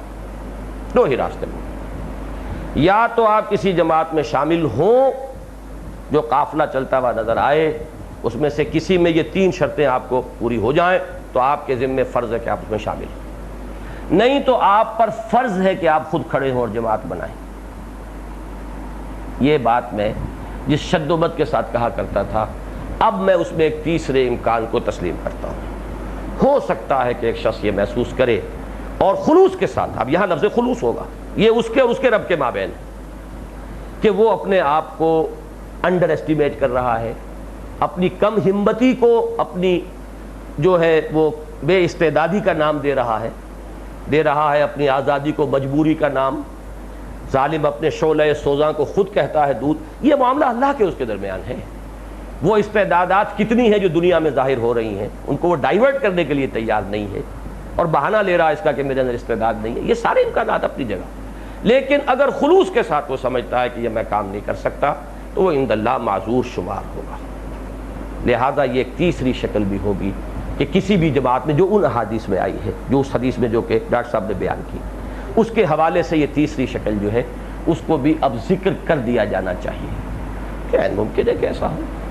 لیکن جو عزیمت کے راستے ہوں گے وہی یہ دو ہیں کہ یا تو آپ کسی جماعت میں شامل ہوں، دیکھیں کہ ہیں اختلافات لیکن اتنے نہیں ہیں، اور میں بحیثیت مجموعی اس کے ساتھ چل سکتا ہوں، بحیثیت مجموعی اتفاق ہے، بحیثیت مجموعی اعتماد ہے، تو پھر یہ کہ اس میں شامل ہوں لازماً، اور اگر نہیں تو پھر کھڑے ہوں۔ جو میں کہا کرتا ہوں کہ اس کا مطلب ہے کہ آپ خود بقرات ہیں، سقراط ہیں، آپ کے پاس معیارات ہیں جس پر کہ آپ فلاں جماعت کو بھی آپ نے کسوٹی پر پرکھا اور ریجیکٹ کر دیا، فلاں کو بھی، تو پھر فکر بھی ہے آپ کا، سوچ بھی ہے، معیارات بھی ہیں آپ کے، ان معیارات کے مطابق پھر آپ کو کھڑے ہونا چاہیے۔ یہ اس کا منطقی نتیجہ ہے۔ لیکن ایک تیسری درمیانی شکل کو، جیسے کہ میں وہ سورہ حجرات کی آیت کے ضمن میں کہا کرتا ہوں کہ ایک درمیانی شکل وہ بھی ہے کہ دل میں نہ ایمان نہ نفاق، دل میں خلا، تو ایک تیسری شکل کو اگر ہم نہ پہچانیں تو بھی وہ بہت سے پرابلمس پیدا ہو جاتے ہیں۔ اسی طریقے سے یہاں بھی تیسری شکل کو جو ہے سمجھ لینا چاہیے۔ اور دوسری بات جو مولانا حامد میاں صاحب کی طرف سے آئی تھی، اور وہ یہ تھی کہ آپ کہتے ہیں یہ بیعت فرض ہے، وہ جو حدیث ہے کہ جو شخص مرا اس حال میں کہ من مات ولم یکن فی عنقہ بیعۃ فقد مات میتۃ الجاہلیہ، جو شخص مرا اس حال میں کہ اس کی گردن میں بیعت کا قلادہ نہیں تھا تو وہ تو جاہلیت کی موت مرا۔ اب آپ کو معلوم ہے کہ اس حدیث کو عموم پر لیا جائے تو بہت سخت ہے جس نے بیعت کی نہیں۔ اسی کی وجہ سے بیعت ارشاد کو لوگوں نے اپنے لیے ایک اطمینان کا ذریعہ بنایا، بھائی ہم نے تو بیعت کی ہوئی ہے، اس حدیث کا ہم پر اطلاق نہیں ہوتا ہم نے فلاں بزرگ سے بیعت کی ہوئی، ہم نے فلاں سے کی ہوئی ہے۔ وہ ایک قائم مقام، جب کوئی وہ جماعتی یا حکومتی نظم نہیں تھا تو قائم مقام ایک وہ تصوف کا نظام اور ان کی آپس کی ان کی جو بیعت کا نظام ہے وہ کسی درجے میں اس کا قائم مقام ان کے نزدیک بن گیا۔ تو میں نے اسی لیے اس وقت کہا تھا کہ اہل حدیث حضرات تو اس بیعت کے تو سرے سے قائل ہی نہیں، تو ان کے لیے مسئلہ بہت مشکل ہے۔ یہ حدیث ہے اور حدیث مسلم شریف کی ہے، بیعت ارشاد کے وہ قائل ہی نہیں، تو پھر اس پر عمل کہاں ہو رہا ہے؟ اس کو میں نے زور کے ساتھ کہا تھا۔ مولانا حامد میاں صاحب نے مجھے بلا کر کہا کہ یہ بات تو آپ نے سخت کی ہے، کہیے ہمارے تو بہت سے اکابر ہیں جنہوں نے نہ بیعت کی نہ بیعت لی، تو اس کا اب کیا حکم ہوگا؟ تو یہ تو اس معنی میں نہیں ہے۔ خیر ان کی جو رائے آئی اس کو میں نے لکھا بھی ہے میثاق میں، وہ کتابی شکل میں بھی ساری چیزیں آ رہی ہیں تاکہ آپ حضرات کے سامنے، میثاق کے پرانے فائل تلاش کرنے تو مشکل ہیں، اب تقریباً 650 صفحے کی ایک کتاب ان موضوعات پر آ رہی ہے۔ علماء سے جو میری گفتگویں ہوئی تھی اور جو بھی تبادلہ خیالات وغیرہ، خیر وہ میں عرض کر رہا تھا کہ میں نے لکھا کہ اگرچہ کسی چیز کا عدم ذکر اس کے عدم وجود کو مستلزم نہیں، اب یہ مولویانہ زبان ہے، یہ منطقیانہ مولویانہ زبان ہے، آپ حضرات کو سمجھانی پڑے گی کہ کسی شے کا عدم ذکر اس کے عدم وجود کو مستلزم نہیں ہے۔ یعنی ایک چیز کا ذکر نہ ہونا اس سے یہ ثابت نہیں ہوتا کہ وہ ہے ہی نہیں، ممکن ہے ہو اور ذکر میں نہ آئی ہو، ممکن ہے جن اکابر کے بارے میں ان کا خیال ہے کہ انہوں نے نہ بیعت لی نہ بیعت کی تو انہوں نے بیعت کی ہو، انہیں نہ بتایا۔ اس کی ایک مثال میں نے دی ہے کہ مولانا معین الدین اجمیری رحمۃ اللہ علیہ کہ جو رکاوٹ بنے اس وقت مولانا ابوالکلام آزاد کی بیعت کے، ان کے بارے میں مولانا منتخب الحق صاحب نے مجھے بتایا کہ ان کی جو لائبریری تھی اس کا میں انچارج تھا، ایک الماری ایسی تھی اس کی چابی وہ مجھے بھی نہیں دیتے تھے، جب کبھی بھی ظاہر بات ہے کہ دھوپ دکھانا، کتابوں کو دیمک ویمک سے بچانا، اس کی تو سروسنگ ہوتی رہتی ہے انٹرولز کے اوپر، تو جب اس الماری کی باری آتی تھی تو خود کرتے تھے، اتفاق ہے۔ اور تھا وہ رہتے تھے، یہ بھی نوٹ کیجیے، قبرستان میں رہتے تھے۔ قبرستان میں ایک معمولی سا مکان تھا، بہت درویش آدمی، بہت بڑے منطقی، بہت بڑے فلسفی، بہت بڑے عالم، اس میں کوئی شک نہیں، وہ رہتے تھے قبرستان میں۔ اب وہ کہتے ہیں کہ ہم دیکھتے تھے کبھی کبھی ان کے پاس ولایتی لوگ آتے ہیں۔ ولایتی کی اصطلاح اصل میں اس زمانے میں تھی افغانیوں کے لیے، وہ ولایت تھا، اب تو ولایت پھر بعد میں یورپ بن گیا،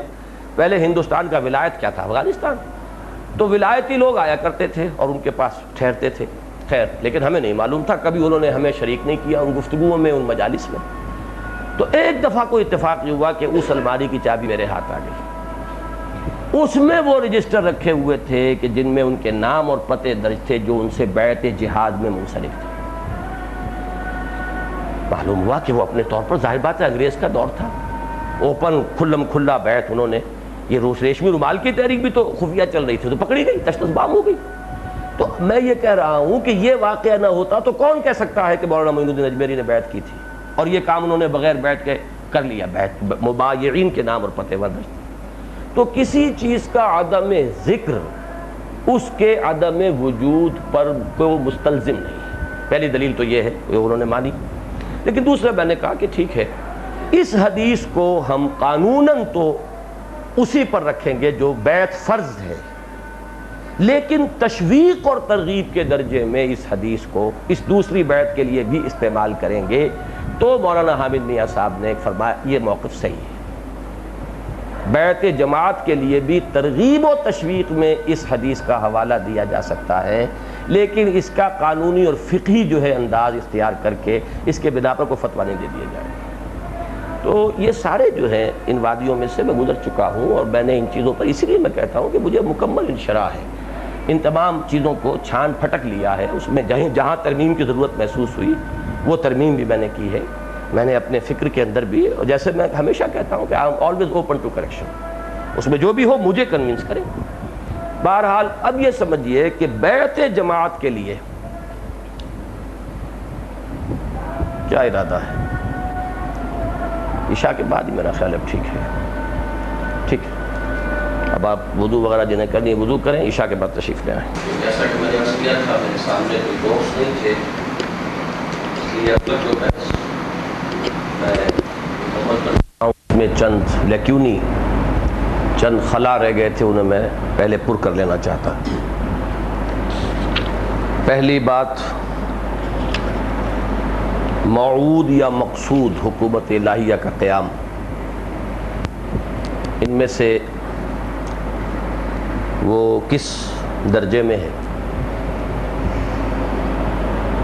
جو بات ڈاکٹر صاحب نے فرمائی ہے وہ بہت صحیح ہے، اگرچہ اس کی جو تعبیر انہوں نے کی ہے اس سے مجھے اختلاف ہے۔ میں اس کی تعبیر جس انداز میں کرتا ہوں وہ یہ ہے کہ نصب العین تو صرف رضائے الہی کا حصول اور نجات اخروی کا حصول ہے۔ نصب العین کے درجے میں کسی اور شے کو لے آنا فکر کی کجی ہے، اور یہ کجی رہی ہے بعض تحریکوں میں، اور اس سے اس کے بڑے نتائج نکلے۔ باقی سب فرائض کا معاملہ ہے، اس فرائض میں پھر میں وہ تقسیم کر چکا ہوں کہ وہ جو پہلی سطح ہے اس کے فرائض وہ فقہی، قانونی، شرعی ہر اعتبار سے اور حقیقی بھی، اور بقیہ دو لیولز کے فرائض ان کا معاملہ ایمان کے ساتھ متعلق ہے۔ جتنا ایمان گہرا ہوگا اتنا ہی اس کا شعور بھی اور اس کا احساس فرض بھی بڑھتا چلا جائے گا، اتنا ہی اس کے اوپر وہ فرض ہوتا چلا جائے گا، چاہے وہ اقامت دین ہو، چاہے دعوت ہو، چاہے تبلیغ ہو، چاہے امر بالمعروف ہو، چاہے نہی عن المنکر ہو، چاہے شہادت الناس ہو، چاہے تکبیر رب ہو، چاہے حکومت الہیہ کا قیام ہو۔ اس میں صرف ایک فرق کریں گے، نمبر 2 پر تو وہ چیز ایسی ہے کہ اس کا کوئی معین نہیں ہے معاملہ، دعوت و تبلیغ کی کوئی معین حد، لہذا اسے ہم کہہ سکتے ہیں مطلقاً فرض ہے۔ البتہ حکومت الہیہ ایک معین شکل ہے، اس تک پہنچ جانا فرض نہیں ہے، اس کی جد و جہد کرتے رہنا فرض ہے۔ وہاں ہم جا کر اقامت دین کا لفظ جب استعمال کرتے ہیں تو ایک محدود سینس میں کرتے ہیں، اس میں کوئی شک نہیں، کہ وہاں یہ اصطلاح جو ہے اس پورے نظام کا، اس حاکمانہ ہیئت کا بالفعل اللہ کے لیے خالص ہو جانا، وَيَكُونَ الدِّينُ كُلُّهُ لِلَّهِ، یہ اس کی آخری شکل ہے۔ اس تک پہنچنے کا دار و مدار بہت سے ایسے اسباب و وسائل پر ہے کہ جن پر ہمیں قدرت حاصل نہیں، لہذا تکلیف مالا یطاق ہو جائے گا اگر یہ کہا جائے کہ وہ فرض ہے۔ اس کو اس کی جد و جہد کرتے رہنا فرض ہے، وہ فرض نہیں ہے کر دینا، اور تمام انبیاء اور رسل نے اس کی جد و جہد کی ہے۔ یہ دوسری بات ہے کہ حالات اور ماحول کے ریسپانسز کی وجہ سے وہ کہاں تک جا سکیں، اس کا سارا دار و مدار حالات پر ہے، ماحول پر ہے، ریسپانس پر ہے۔ ان کی نہ کوشش میں کوئی کمی ہے، نہ ان کی شخصیتوں میں معاذ اللہ کوئی کمی کا کوئی سوال ہے، وہ سارا معاملہ ہے ماحول کا، اس کے ریسپانس کا۔ لیکن سب کی کا ہدف یہی تھا، سب اسی رخ پر چل رہے تھے، یہ ہمیشہ سے فرض رہا ہے۔ لیکن یہ کہ اس فرض کا بالفعل اس آخری تکمیلی شکل میں رونما ہو جانا، یہ ظاہر بات ہے کہ سوائے اللہ تعالیٰ کی قدرت کے اور اختیار کے کسی کے بھی ہاتھ میں نہیں۔ یہ میرے خیال میں کہ بات کو بالکل واضح کر دیتا ہے کہ بات تقریباً وہی ہے، لیکن یہ کہ اس میں تعبیر کا فرق ہوتا ہے موعود اور مقصود میں۔ میرے نزدیک وہ مقصود ہے، جد و جہد جس کی جائے گی وہ مقصود ہے۔ اگر جد و جہد فرض ہے تو وہ مقصود ہے، لیکن حکومت کا مسئلہ دو حیثیتوں میں مختلف ہے۔ ایک ہے اللہ کی حکومت کا مقصود ہونا، ایک ہے مسلمانوں کی یا اس جماعت کی حکومت کا مقصود ہونا۔ اشخاص اور افراد کے لیے وہ مقصود نہیں ہے، موعود ہے، لیکن جد و جہد میں وہ مطلوب ہے، مقصود ہے، اس کا قصد کیا جائے گا، اس کی جد و جہد کی جائے گی، اس کے لیے کوشش کی جائے گی۔ اگر یہ نہ کیا جائے تو پھر تو وہ اس کی جد و جہد کی فرضیت کا تصور بھی ختم ہو جاتا ہے، وہ پھر صرف ایک اتفاقی معاملہ ہے، جس کو چاہے دے دے، اللہ تعالیٰ کبھی چھپر پھاڑ کے بھی دے دیتا ہے، اس کے لیے کوئی کوشش نہیں ہوئی، کوئی جد و جہد نہیں ہوئی۔ جد و جہد کا اس رخ پر ہونا، اللہ کی حکومت قائم کرنے کے لیے تن من دھن لگانا، یہ مقصود بھی ہے، مطلوب بھی ہے،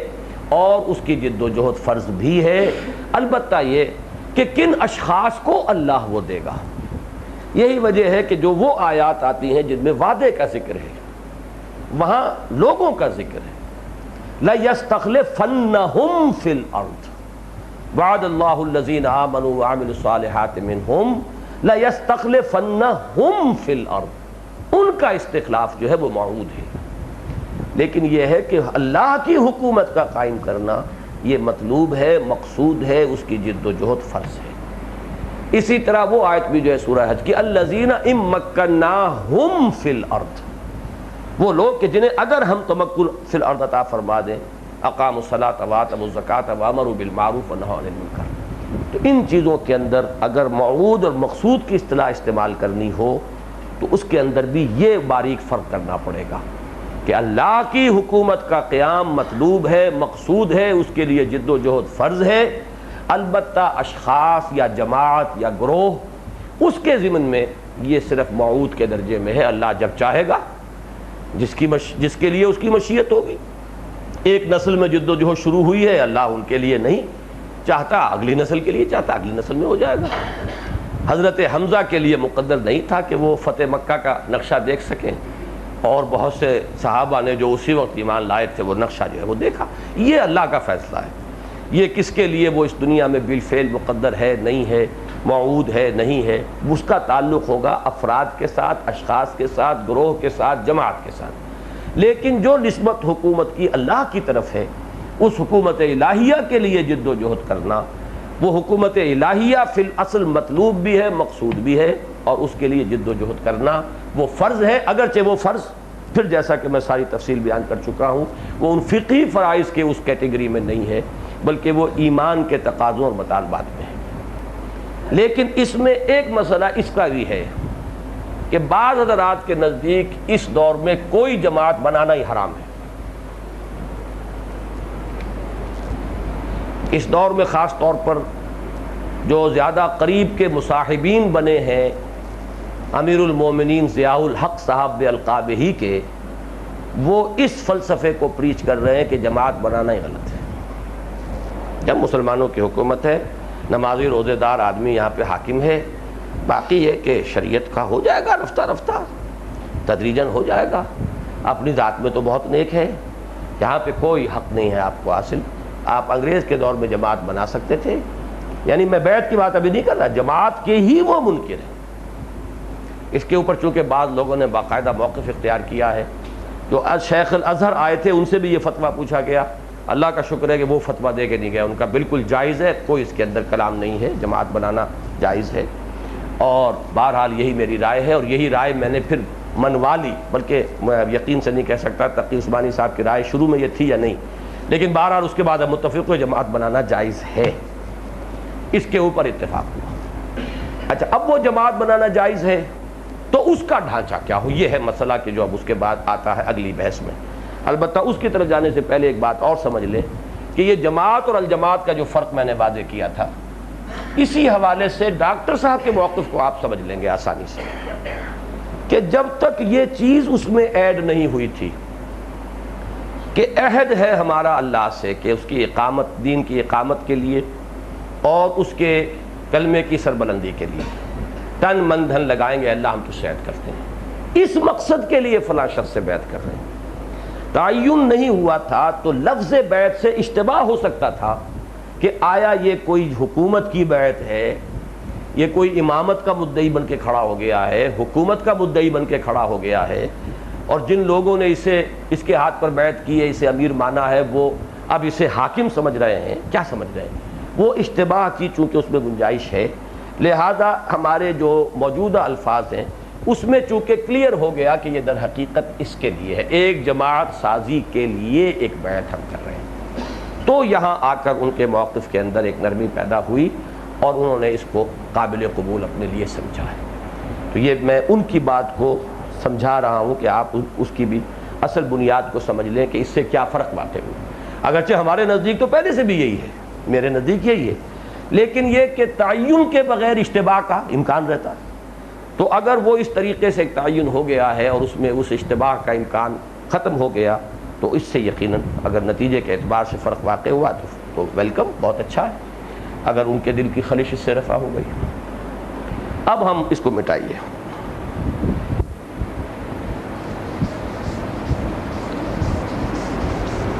میری اب جو آگے کی بحث ہے اس میں سب سے پہلی بات یہ، وہ جو ہمارے دو پہلے جہاں سے بات چلتی ہے، اقامت دین کی جد و جہد فرض ہے، اس کے لیے التزام جماعت فرض ہے، بالکل ایسے جیسے نماز فرض ہے اس کے لیے وضو لازم ہے، جس طرح کا لزوم ہے، یا وضو نہیں تو قائم مقام اس کے پھر تیمم کرنا پڑے گا۔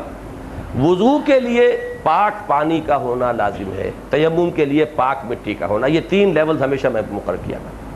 اس کے لیے میں کہا کرتا ہوں کہ اقامت دین کی جد و جہد فرض اصل وہ ہے،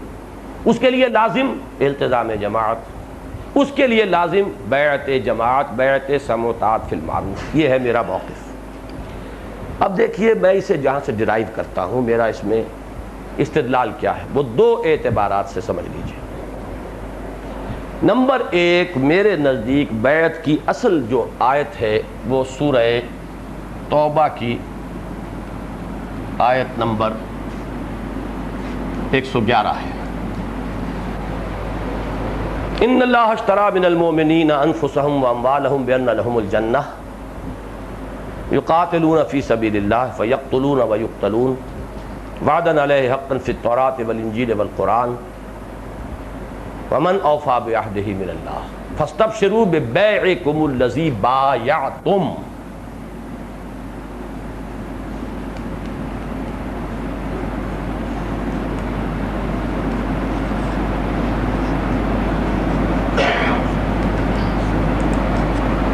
بایعتم وہی باب مفعلہ ہے، بایع یبایع مبایعتن، مفعلہ اسی سے یہ لفظ بیعت استعمال ہوتا ہے، مبایع مبایعین، بیعت کرنے والے، لفظ ایک ہی۔ بے کا لفظ بھی آ گیا، ابو بایت بھی آ گیا۔ بے ہے بندہ مومن کی وہ ایمان کی بنیاد پر جان اور مال اللہ کے حوالے کی جنت کے عوض ہے۔ بیع سلم، عوض ملے گا آخرت میں، یہاں جان اور مال دے دینی ہوگی، وہ دے دی، کس کے ڈسپوزل پر رکھیں اسے، کہاں خرچ کریں، کہاں کھپائیں، اس کے لیے کسی فرد کے ہاتھ پر بیعت ہے کہ تم جہاں کہو گے وہاں صرف کریں گے، تم جہاں کہو گے وہاں خرچ کریں گے، جان مال۔ ہم اس کے لیے تمہارے فکر پر، تمہاری سوچ پر، تمہارے طریقہ کار پر، تمہارے خلوص پر اعتماد کرتے ہیں۔ ان چاروں اعتبارات سے نبی تو ہے ہی، وراء الورا ثم وراء الورا، اس کے لیے تو شک و شبے کی گنجائش ہے ہی نہیں، لیکن باقی جو بھی ہوگا اس کے لیے شک و شبے کی گنجائش ہے، چاروں اعتبارات سے شک و شبے کی گنجائش ہے۔ لہذا وہاں کا معاملہ وہ فرض والا، یہاں کا معاملہ جو ہے وہ اس معنی میں فرض نہیں ہے، بلکہ یہ ہے کہ جس میں یہ چار شرطیں پوری ہو جائیں گی اس کے لیے وہ فرض ہوگا، ہر ایک کے لیے وہ فرض عام نہیں۔ اپنے فرض کی ادائیگی کے لیے، اقامت دین کے فرض کی ادائیگی کے لیے التزام جماعت شرط ہے، اور اس کے لیے اگر یہ چار شرطیں کسی شخص میں پیدا ہو گئی ہیں تو اس کے ہاتھ پر بیعت فرض ہے۔ یہ ہے وہ مفہوم جو سورہ فتح کی آیت نمبر 10 میں ہے۔ ان الذین یبایعونک انما یبایعون اللہ ید اللہ فوق ایدیہم۔ اے نبی، جو لوگ آپ سے بیعت کر رہے ہیں وہ حقیقت میں اللہ سے بیعت کر رہے ہیں، اللہ کا ہاتھ ان کے ہاتھوں کے اوپر ہے۔ دو ہاتھ تو ویزیبل ہیں، حضور کا ہاتھ اور صحابی کا ہاتھ، ایک تیسرا ہاتھ انویزیبل ہے۔ بیع کا معاملہ سودا دو کے مابین ہو رہا ہے، وہ صاحب ایمان اور اللہ، درمیان میں وہ کہاں خرچ کریں، ریسیور کون ہے اس کا، کس کے حکم سے خرچ کریں، وہ درمیان میں رسول آئے ہیں صلی اللہ علیہ وسلم۔ یہ ہے اصل میں اس کی جو قرآنی اساس ہے وہ ان دو آیات میں۔ اب آئیے سیرت کا معاملہ اور حدیث کا معاملہ۔ حدیث میں بیعت کی بہت سی قسمیں آئی ہیں، بیعت علی الاسلام، بیعت علی الجہاد، بیعت علی السمع والطاعہ، بیعت علی النصح لکل مسلم۔ حضور نے عہد لیا کہ ہر مسلمان سے خیر خواہی کرو گے، بیعت۔ تو بہت سی بیعتیں حدیث کے اندر ہیں۔ وہ حدیث کا جو میں نے عرض کیا، اب اس میں حکمت کی ضرورت ہوگی۔ وہ حدیث میں تو ایک نیریشن آ گئی نا کہ فلاں وقت یہ ہوا، وقت کا بھی تعین نہیں ہوتا اس میں۔ حدیث میں ایک اور جو ہے مشکل وہ یہ ہے کہ کون سی حدیث کس وقت کی ہے اس کا تعین نہیں ہوتا، کہیں کہیں ہو جاتا ہے، جیسے کہ بیعت عقبہ اولیٰ، بیعت عقبہ ثانیہ کا تو تعین ہو گیا، باقی کا تو نہیں ہوا۔ لیکن یہ کہ بیعتوں کا ذکر ہے، اس سے جو چیز میں ڈیڈیوس کرتا ہوں کہ جو بھی عہد اور معاہدہ ہو اس پر لفظ بیعت کا اطلاق ہو سکتا ہے۔ میرے نزدیک میں اپنے مفہوم کو واضح آج کروں، نکاح بھی ایک بیعت ہے، اگرچہ اس کے اوپر لفظ بیعت کا اطلاق نہیں ہوا ہے، جو حدیث میں آیا وہی ہم استعمال کریں گے، لیکن ایک عورت سمع و طاعت فی المعروف کا عہد کرتی ہے جب کسی شخص کو اپنا شوہر تسلیم ہے، اس لیے کہ اسے کہنا ماننا ہے۔ اللہ اور اس کے رسول کے حکم کے خلاف اطاعت نہیں ہوگی، اللہ اور اس کے رسول کے حکم دائرے کے اندر بیوی کی رائے ایک ہے، شوہر کی رائے ایک ہے، کون فیصلہ کرے گا؟ کوئی چیز دونوں مباح ہے، دونوں میں سے کوئی بھی حرام نہیں ہے، باقی سارا معاملہ جو ہے صغرا کبرا عقلی ہے، مصلحتیں ہیں، کس کی بات چلے گی، کس کی بات ماننی پڑے گی؟ who has to give in, who has the upper hand؟ الرجال قوامون علی النساء، سمجھا؟ اسی لیے فالصالحات قانتات، صالحات کی پہلی صفت یہ ہے کہ فرما بردار۔ تو یہ بھی ایک بیعت ہے، بیعت سمع و طاعت فی المعروف ہے حقیقت میں یہ، اگرچہ اس کے لیے یہ اسلوب استعمال نہیں ہوا۔ ہم سنت سے قریب تر رہنے کے لیے ہم جس چیز کے لیے جو اسلوب سنت میں آیا ہے وہ اختیار کریں گے، یہ ہمارا ایک تقاضا ہے اتباع سنت کا۔ اگرچہ میرے نزدیک ہر کانٹریکٹ پر بیعت کا اطلاق ہے، اور بیع کا لفظ اپنی لغت کے اعتبار سے آیا ہی یہاں سے ہے کہ عرب میں رواج تھا، سودا ہوا، لو بھائی یہ مال یا یہ چیز اتنے روپے، پھر ہاتھ ہینڈ شیک، اب سودا پختہ ہو۔ یہ ہینڈ شیک جو ہے در حقیقت سودے کی پختگی کی علامت تھا،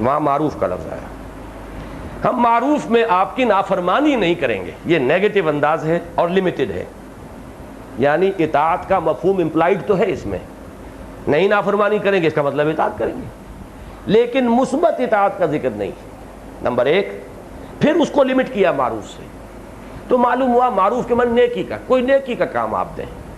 ابھی یہاں کوئی تنظیم وغیرہ کا اور کوئی اجتہاد کا اور جہاد کا، اس کا کوئی یہاں پہ جہاں تک میں انفر کرتا ہوں کوئی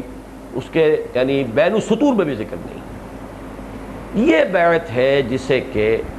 بعد میں ہمارے صوفیاء نے اپنا مستدل بنایا. مستدل کے معنی معلوم ہے؟ جس سے استدلال لیا جا رہا ہو. بیعت ارشاد کا مستدل یہ ہے، اس میں کوئی جہاد نہیں، کوئی قتال نہیں، کوئی ہجرت نہیں، کوئی مشروط یا غیر مشروط اطاعت والی بات مثبت طور پر نہیں، جو نیکی کا حکم دیں گے مانیں. اس کے بعد انہوں نے کہا کہ ہمیں دیجئے صاحب کوئی آپ اپنے شاگرد، اپنے جانثار جو ہمیں قرآن پڑھائیں. پہلے حضرت مصعب بن عمیر کو بھیجا گیا، پھر حضرت عبداللہ ابن ام مکتوم کو، 2 ہو گئے. انہوں نے جا کر جو 1 سال کی محنت تھی وہ 75 افراد، 72 مرد اور 3 عورتوں کی شکل میں لا کر حضور کی جھولی میں ڈال دیا. پھر بیعت عقبہ ثانیہ. اب اس کے الفاظ ہیں اصل میں کہ جو بہت قابل غور ہیں. اب وہاں ایک جمعیت بن گئی ہے. ایک تو اس سچویشن کو سمجھیے. اب تک حضور مکے میں تھے، جو بھی تھے 150 افراد مکے میں تھے، دن رات کا رابطہ تھا، حکم براہ راست پہنچ رہا تھا، کسی انٹرویننگ ناظمین یا نقبا یا عمرا کی کوئی ضرورت نہیں تھی. حضور رسول تھے، اپنی ذات میں مطاع تھے، کوئی سیریمونیل اور کوئی اس کی رسمی جو ہے سم و طاعت کی بیعت کی احتیاج نہیں تھی. لہذا کوئی وہاں پر جماعتی نظام کا ہمیں کوئی رسمی یا جو سیریمونیل انداز ہے وہ نہیں ملتا. یہاں صورت بدل رہی ہے، اگرچہ کوئی حکومت ابھی قائم نہیں ہوئی، ابھی کچھ پتہ نہیں کیا ہوگا، کوئی ابھی معاملہ جو ہے حکومت کا نہیں ہے. ابھی تو ظاہر بات ہے حضور ہجرت کر کے جائیں گے، سال لگے گا، کتنا لگے گا، اور کس کو معلوم ہے کہ کب وہ ہونا ہے معاملہ اس وقت جو ہے. لیکن مدینے میں سائزیبل نمبر پیدا ہو چکا ہے. ان سے حضور کا رابطہ کوئی نہیں ہو سکتا، اگلے سال ہی ہوگا بظاہر احوال. جب حج کے لیے آئیں گے، روز روز کا سفر نہیں، ٹیلی فون نہیں، تار نہیں، کچھ بھی نہیں. وہاں کا ایک لوکل نظم جو ہے وہ قائم ہونا چاہیے. لہذا حضور نے وہاں ثابت ہے کہ 12 نقبا کا تعین کیا، جو انہی میں سے تھے، 9 خزرج میں سے، 3 اوس میں سے. یہ حضرات جو یہاں سے گئے تھے ان کو نقیب نہیں بنایا، ان کی حیثیت معلم کی ہے. یہ اس معاشرے کے لوگ نہیں ہیں، یہ وہاں اس جو بھی سٹی اسٹیٹ وہاں اس وقت قائم ہے اس کے شہری نہیں ہیں. یہ تو وہاں رہیں گے بھی تو کسی کی پروٹیکشن میں رہیں گے، لہذا کوئی ذمہ داری ان کے ذمہ ہونا تو کوئی معنی نہیں ہے. وہ تو وہی جو سنز آف دی سوائل ہے انہی میں سے ہو سکتے ہیں اس قبائلی نظام میں. لہذا نقبا ان میں سے بنائے گئے، ان کی حیثیت معلمین کی رہی، اور نقبا جو ہیں 12 مقرر کیے گئے. میرے نزدیک یہ میرا اجتہاد ہے اور اس پر مجھے پورا انشراح ہے 100%. یہ ہے بیعت جماعت. ابھی اس میں جہاد اور ہجرت کا ذکر نہیں ہے. یہ الفاظ جو متفق علیہ ہیں ان میں کوئی نہیں. باقی اس کی روایتیں کچھ اور بھی ہیں، ان میں یہ اضافی الفاظ بھی آتے ہیں کہ انہوں نے حضور سے اب یہ فرمائش کی کہ اب آپ مدینے آئیے، اور اگر آپ وہاں آئیں اور قریش اگر آپ پر حملہ آور ہوں گے تو ہم آپ کی حفاظت ویسے ہی کریں گے جیسے اپنے اہل و عیال کی. لیکن جو متفق علیہ روایت ہے اس کی الفاظ صرف یہی ہے: بایعنا رسول اللہ صلی اللہ علیہ وسلم علی السمع والطاعت فی العسر والیسر والمنشط والمکرہ وعلی اثرۃ علینا. یہاں بات صاف آ رہی ہے. جماعتی زندگی میں مسئلہ آئے گا، کون آگے کون پیچھے، کون نقیب، کون امیر، کون مامور، ہم یہ بھی پورا اختیار آپ کو دیتے ہیں. ایک تو اطاعت مطلق، جو حکم دیں گے کوئی بھی حالات ہوں، طبیعت آمادہ ہو یا جبر کرنا پڑے، آسانی ہو یا مشکل ہو، ہم پر دوسروں کو ترجیح دی جائے. جسے بھی آپ صاحب امر بنائیں گے، جو صاحب امر ہوگا اس سے بھی نہیں جھگڑیں گے، اس کا بھی کہنا مانیں گے، اس کی اطاعت کریں گے. البتہ حق بات ضرور کہیں گے جہاں کہیں بھی ہو. میرے نزدیک یہ وہ انتہائی گراں قیمت حکمت کا موتی ہے کہ جو ہماری نگاہوں سے اوجھل رہا ہے۔ اس کی وجہ یہ ہے کہ وہ اقامت دین کی جدوجہد اوجھل تھی، وہ آؤٹ آف کوسچن تھی، لہذا جو چیزیں اس کے لوازم میں سے ہیں وہ بھی آنکھ اوجھل پہاڑ اوجھل وہ ذہنوں سے نکل گئی۔ یہ ہے بیعت جماعت جو حضور صلی اللہ علیہ وسلم سے ثابت ہے، اور اس بیعت کو میں نے اختیار کیا ہے۔ یہ بیعت حکومت نہیں ہے، یہ بیعت قتال بھی جب ہوگی اگر کوئی وقت آیا، یہ تو بیعت جماعت ہے۔ ابھی اس جمعیت کے فراہم کرنے، مضبوط کرنے، کنسولیڈیٹ کرنے، اور وہ جو بھی مراحل ہیں ان کو آگے بڑھانے کے لیے جو جماعتی زندگی جو ہمیں گزارنی ہے، جن اصولوں پر گزارنی ہے، وہ یہ اصول۔ اس کے بعد یہ ہے کہ حضور نے پھر بیعتیں لی ہیں، اور بھی بقیہ صحابہ سے مدینے میں لی ہیں۔ سموتعات کا لفظ کہیں آ جاتا ہے صرف سموتعات کا، کہیں جیسا کہ میں نے کہا کہ نصح لکل مسلمین، پھر یہ کہ جب خواتین کی بیعت ہوئی ہے ممتحنہ کے نزول کے بعد تو وہ مکے میں ہوئی ہے، پھر حضور جب تشریف لے گئے ہیں مدینے میں تو حضرت عمر کو نمائندہ مقرر بنایا کیا اپنا، انہوں نے جا کے مدینے کی خواتین سے بیعت لی، وہ ایک پورا لمبا سلسلہ ہے۔ تو یہ ہے اصل میں اس پورے معاملے کی میرا اس میں استدلال یہ ہے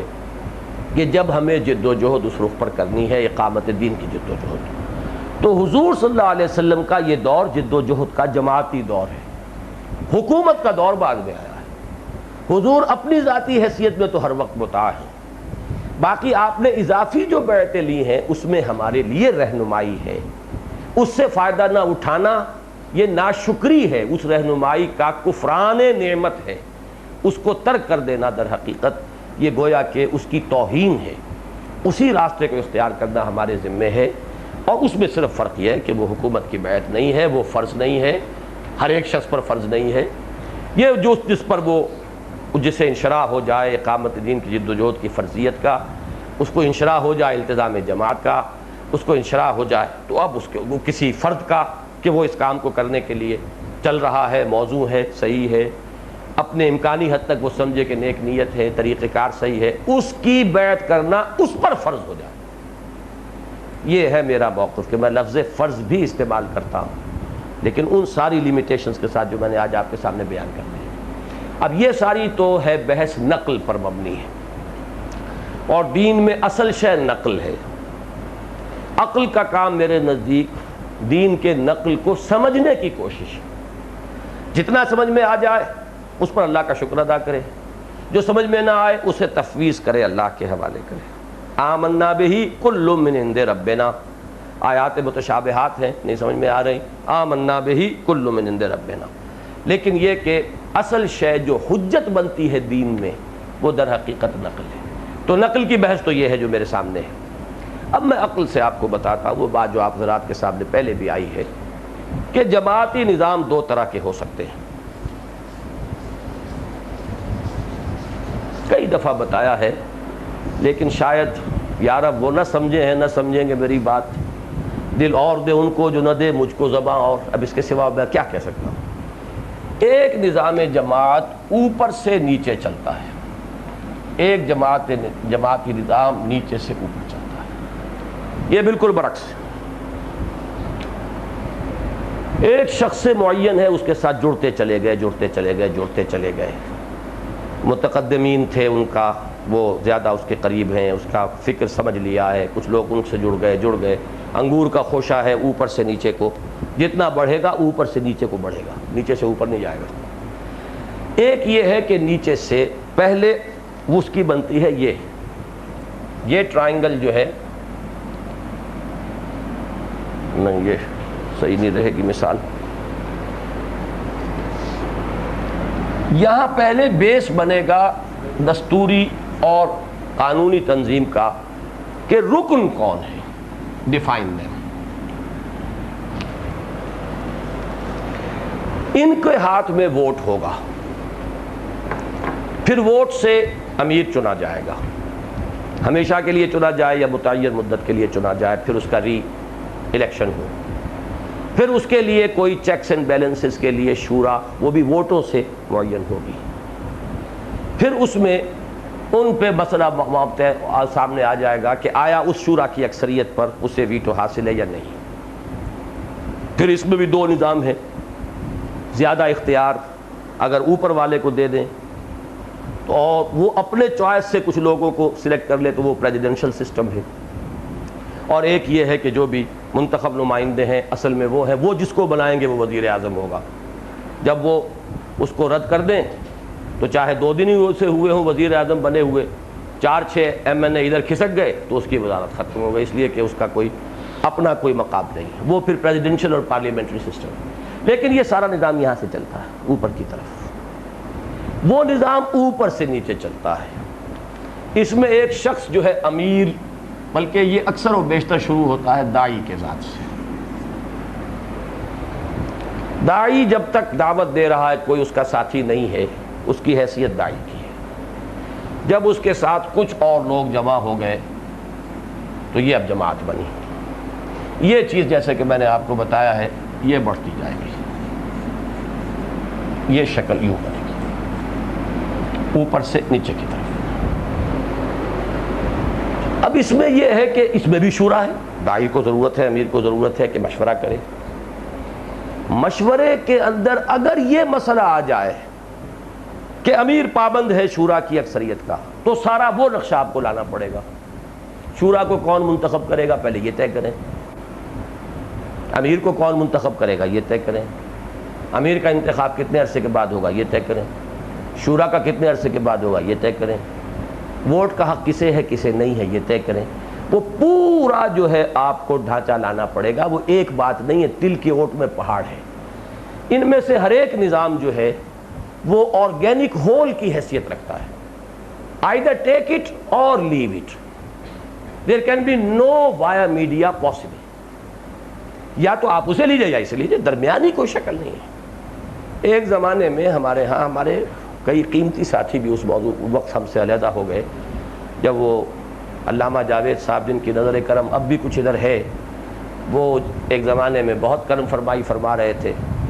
تو اس وقت جو ہے ہمارے چند ساتھی مذبذب ہوئے۔ میں نے ان سے کہا تھا مجھے راستہ درمیان کا نکال کے دکھا دو۔ وہ کہتے ہیں ہم بیعت کو مانتے ہیں، بیعت کے اصول کو مانتے ہیں، جو خالد ظہیر جو ہمارے نوجوان ساتھی تھے، لیکن یہ ہے کہ اکثریت کا پابند۔ میں نے کہا وہ تو پھر پورا نقشہ وہ بنانا پڑے گا، کوئی درمیانی راستہ پریکٹیکل مجھے دکھا دو تو میں مان لوں۔ اصل میں مسئلہ وہی ہے، دیکھیے منطق بہت بڑی شے ہے۔ وہ جو اقبال نے کہا ہے نا کہ غیرت ہے بڑی چیز جہان تگ و دو میں، پہناتی ہے درویش کو تاج سر دارا۔ تو منطق ہے بڑی شے، بڑی چیز جہان تگ و دو میں۔ مسئلہ یہ ہے اس میں جو کلیئر منطق ہے وہ یہ ہے یا یہ یا وہ، درمیانی کوئی راستہ ممکن نہیں۔ جہاں آپ نے اقلیت اکثریت کی بات کی وہاں پورا قانونی ڈھانچہ لازم ہو جائے گا۔ پھر یا تو وہ نظام بنائیے جو جماعت اسلامی نے بنایا، اب اگر تو ہو کوئی سیاسی کھیل تو 4 آنے کی ممبری ہے، کوئی بات نہیں، وہاں تو جو جاگیردار ہیں تو وہی 4 آنے کے ممبر تو دکھاوے کے ممبر ہیں، ان میں سے کسی نے تھوڑا ہی کہیں آ جانا ہے آگے، جن کے پاس کروڑوں روپے ہیں، جو بڑے بڑے استقبالیہ دے سکتے ہیں، جو بڑی بڑی دعوتیں منعقد کر سکتے ہیں، جن کے دباؤ کے اندر تھانے دار بھی ہیں، SP بھی ہیں اور سب ہیں، تو آنا تو وہ نہیں ہے۔ تو 4 آنے کی ممبری بنانے میں کیا فرق پڑتا ہے، بنا لو، 2 لاکھ کو بنا لو، اس سے کوئی بات جو ہے جا کے فیصلہ کن اثر تو ہوگا نہیں۔ جہاں جماعت ہو 2000 3000 4000 کی، وہاں تو ایک ووٹ فیصلہ کن ہے وہاں، اور وہ ووٹ اگر آپ نے پوری طریقے سے اس تربیت کے مراحل سے اور امیدواری کے مراحل سے گزار کر اس کے ہاتھ میں نہیں دیا کہ آپ کو اطمینان ہو جائے کہ اس کا ذہن بھی اسی رخ پہ ڈھل چکا ہے، اس کی پوری جذباتی جو ہے وابستگی بھی ہو چکی ہے، اور یوں سمجھیے کہ اگر اسے میں اس لفظ میں کہوں کہ اس کی پوری برین واشنگ ہو چکی ہے، اس کی پوری کمٹمنٹ ہمارے ساتھ ہو چکی ہے اس فکر کے ساتھ، تو پھر تو رسک لے سکتے ہیں کہ لئیے صاحب آپ بھی ووٹ لے لیجیے، ورنہ تو یہ ہے کہ وہ تو بہت بڑا رسک ہے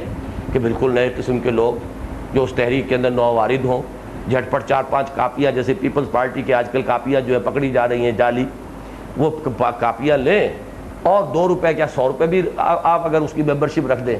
تو جو کروڑوں میں کھیل رہے ہیں انہیں ہزاروں کے ممبر بنانے میں کیا دیر لگتی ہے۔ تو یہ ہے اصل میں اس کا ایک منطقی معاملہ ہے،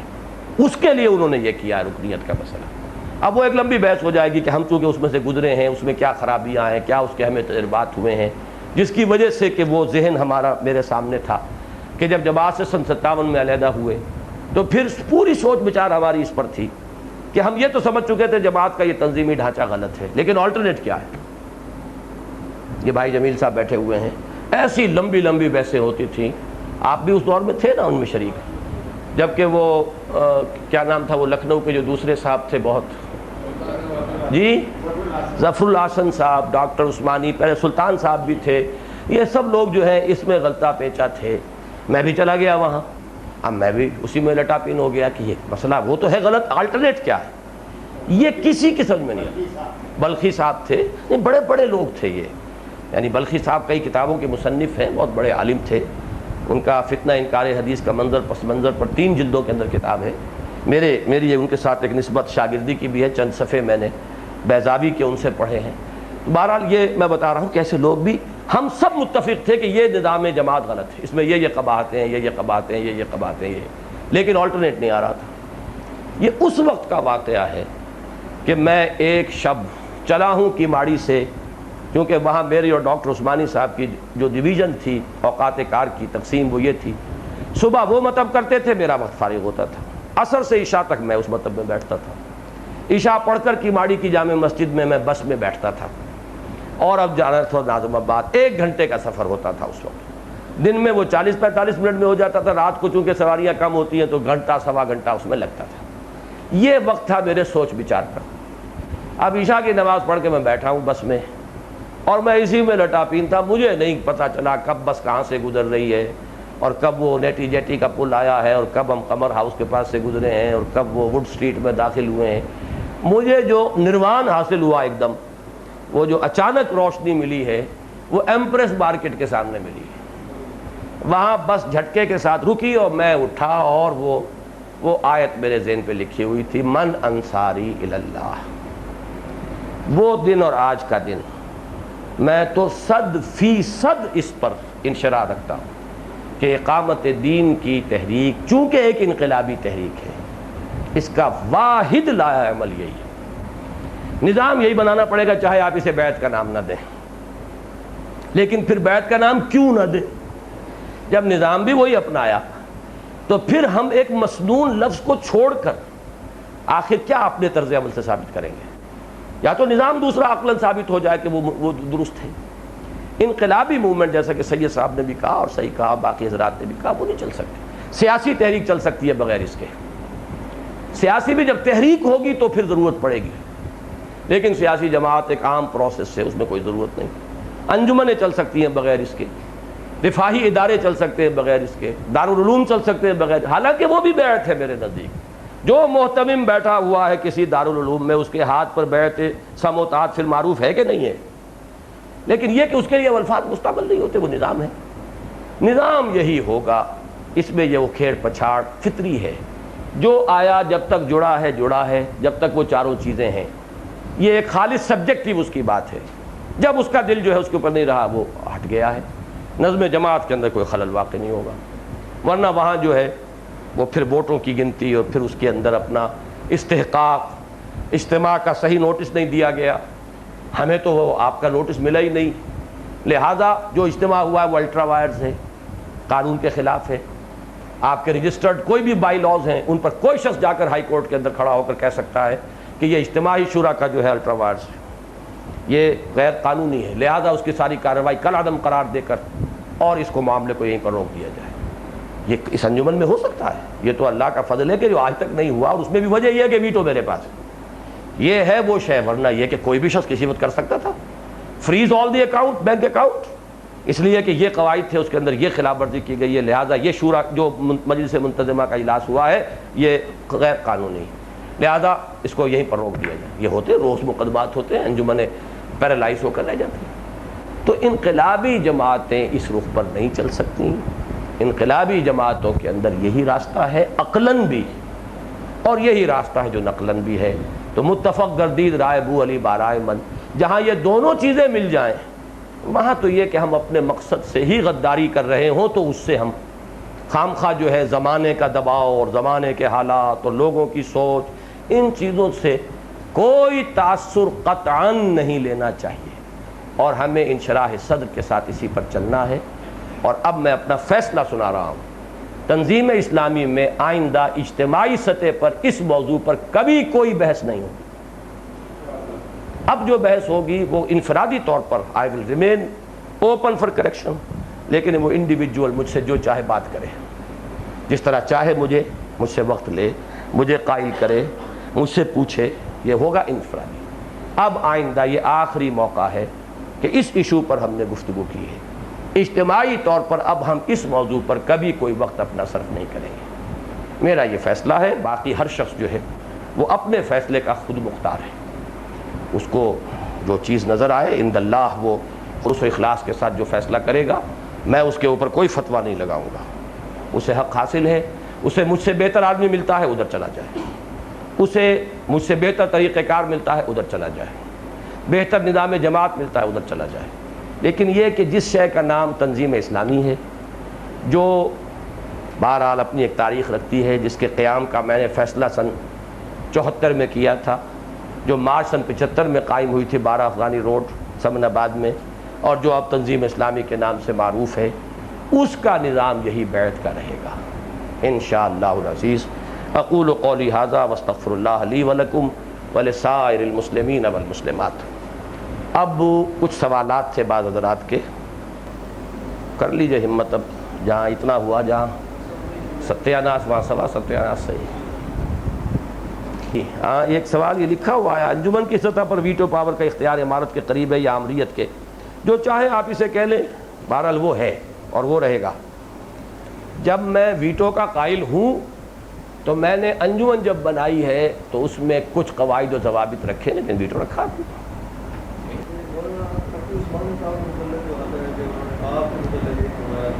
وہ کہتے ہیں کہ یہ بیعت وہی شخص لے سکتا ہے جو خود بیعت ارشاد میں سے ہو کر اپنا تزکیہ کسی کے ذریعے کرا چکا ہو۔ یہ ان کی رائے،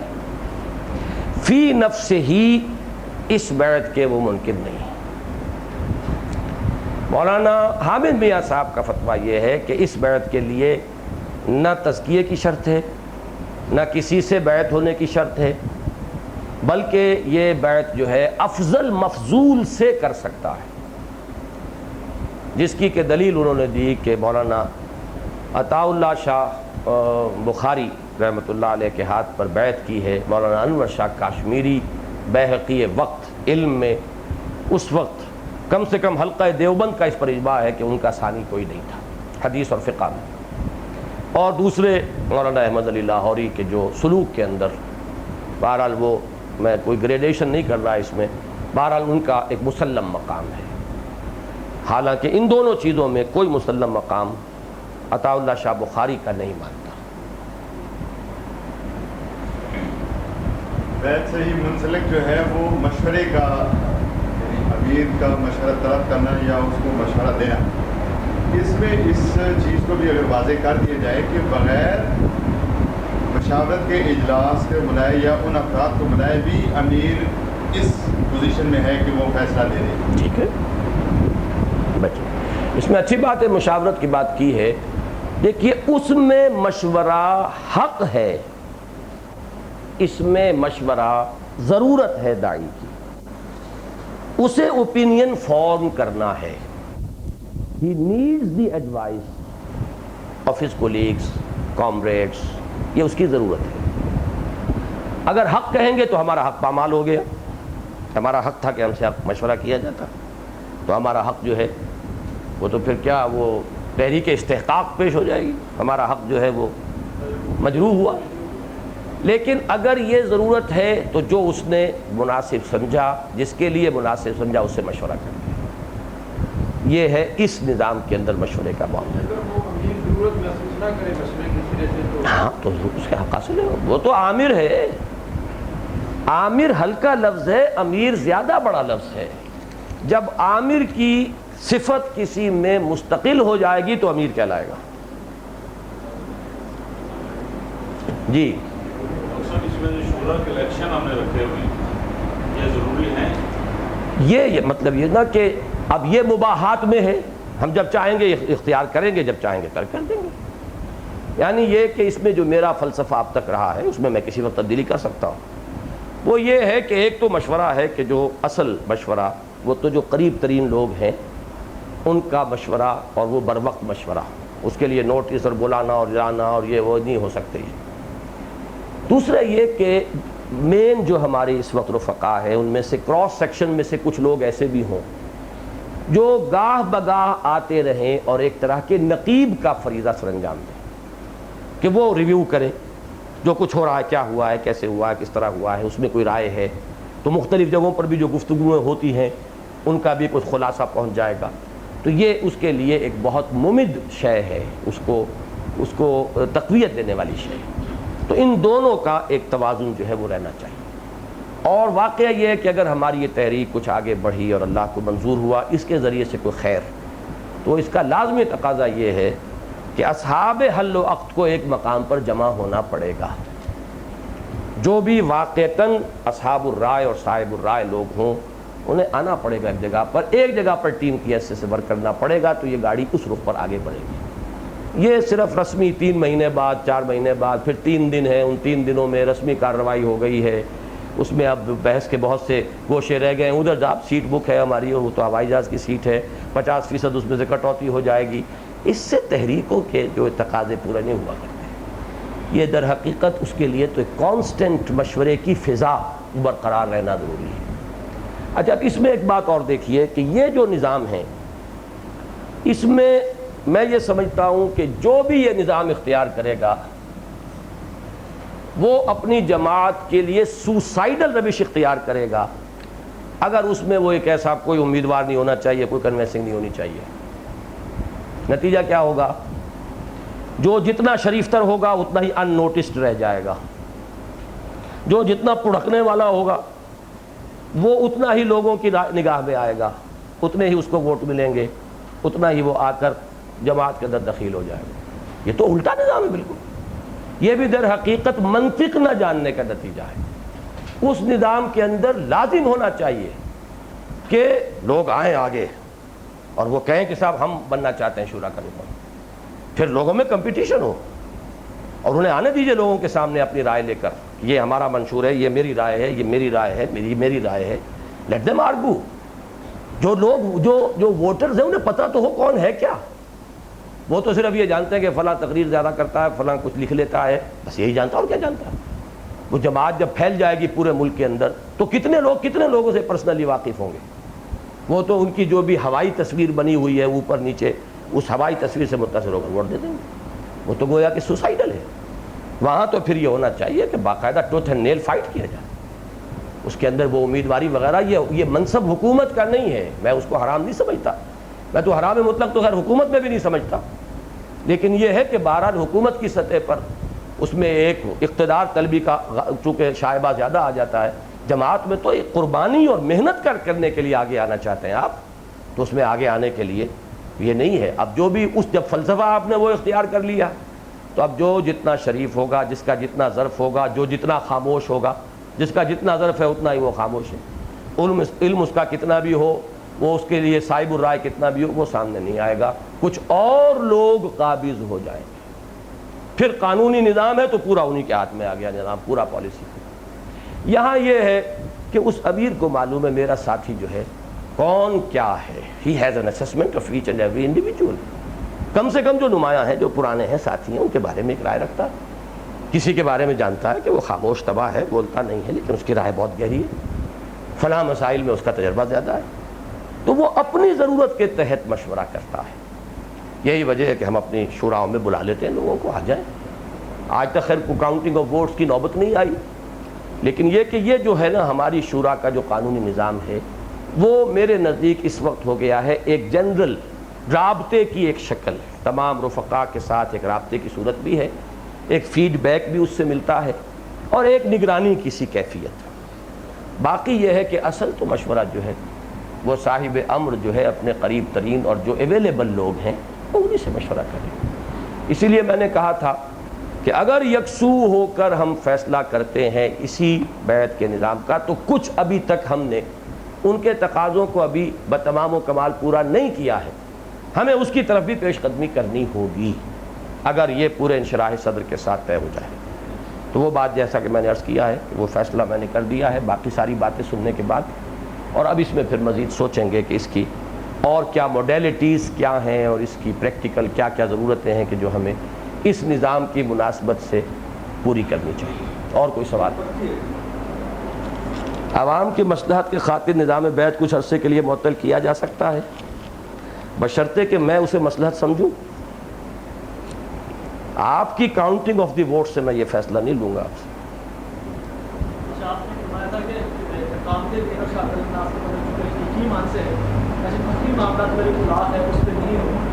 جب آپ نے نظام جماعت اور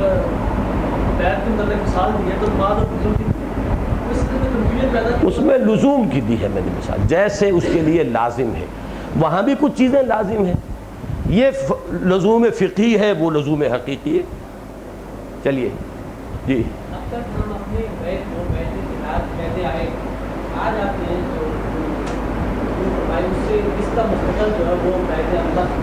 بیعت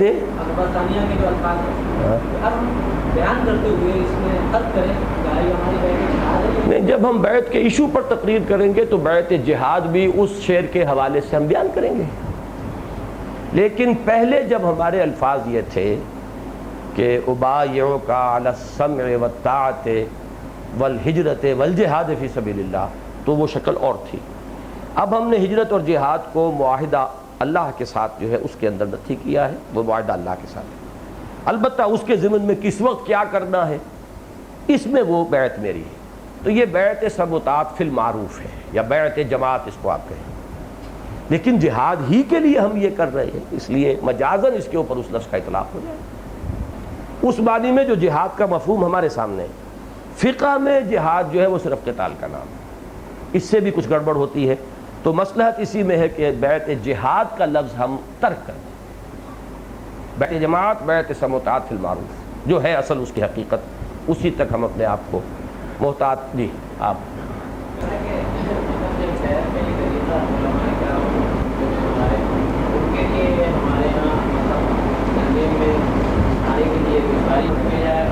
علماء کرام سے جو آپ کو کرنا چاہیے، جو میں کر رہا ہوں، وہ زیادہ سے زیادہ یہ ہے کہ ان کے مغالطے دور ہوں، ان کو جو اندیشے صحیح طور پر لاحق ہیں بہت سے تجربات کی بنا پر قریب جا کر ان کا ازالہ کیا جائے. نمبر 2 یہ کہ ان سے دعائیں حاصل کی جائیں، ان کے تائیدی کلمے اور دعائیں، یہ بھی ہمارے لیے بہت ہے. اس سے زیادہ میں سمجھتا ہوں یہ تکلیف مالا یطاق ہے. جو بڑے علماء ہیں جن کا ایک مطلب کہ جانے پہچانے جاتے ہیں، معروف ہیں، مشہور ہیں، نوجوان علماء اسی طریقے پر آئیں گے بیعت میں اگر ان کا دل کھل جائے گا تو انشاءاللہ. میں اپنی پوری سرتوڑ کوشش کروں گا، اس لیے کہ میرا یہ اصل میں صغرا کبرا اس پر مبنی ہے کہ میں یقین سے کہتا ہوں کہ علماء حق موجود ہیں. یہ ہو نہیں سکتا کہ زمانہ بالکل خالی ہو جائے. اگرچہ مجھے یقین ہے کہ جنہیں علماء کہا جاتا ہے ان کی اکثریت علماء سو پر مشتمل ہے. جنہیں کہا جاتا ہے علماء، وہ تو پھر یہ کہ جو شخص آج سند لے کر کسی مسجد میں بیٹھ گیا وہ بھی وہ عالم دین تو ہے، وہ علماء کہلایا جاتا ہے. ان کی اکثریت نے صرف اس کو پروفیشن بنا لیا ہے، صرف اپنا دھندا بنایا ہے. لیکن علماء حق موجود ہیں، اور ان علماء حق کی اگر ہم نے آشیرواد، ان کی دعائیں حاصل نہ کی، یہ کبھی ہماری تحریک پنپ نہیں سکتی. چاہے ہم کتنا ہی زور لگا لیں، ہم ایک چھوٹا سا فرقہ بنا کر تو چھوڑ کے جا سکتے ہیں، لیکن یہ کہ اس تحریک کے کامیاب ہونے کا کوئی امکان نہیں. تو اگرچہ مجھے اپنی کوششوں میں اس میں یعنی کافی مایوسیوں کا سامنا بھی ہوتا ہے، بددلی بھی ہوتی ہے، اور بہت سے ساتھی جو ہیں بار بار مجھے کہتے ہیں کہ تم اس میں اپنا کوئی وقت اور اپنی یہ کچھ چھوڑ دو، لیکن میری یہ حتی الامکان کوشش رہے گی، اس لیے کہ وہ میرا یقین ہے، میرا ایک کنوکشن ہے کہ نمبر 1 علماء حق ہیں، نمبر 2 ان کی تائید، ان کی آشیرواد، ان کی دعا، ان کی سرپرستی کے بغیر اس مرحلے کا، اس آخری درجے میں سر ہونے کا کوئی امکان نہیں. نمبر 3 ان کے مغالطے بعض ان کے تلخ تجربات پر ہیں اور انہیں ان مغالطوں کا، اندیشوں کا حق حاصل ہے. یہ ہمارا کام ہے کہ ہم ان اندیشوں کو رفع کریں. We have to put in sustained effort to that end. سبحانک اللہم و بحمدک نشہد ان لا الہ الا انت نستغفرک و نتوب الیک.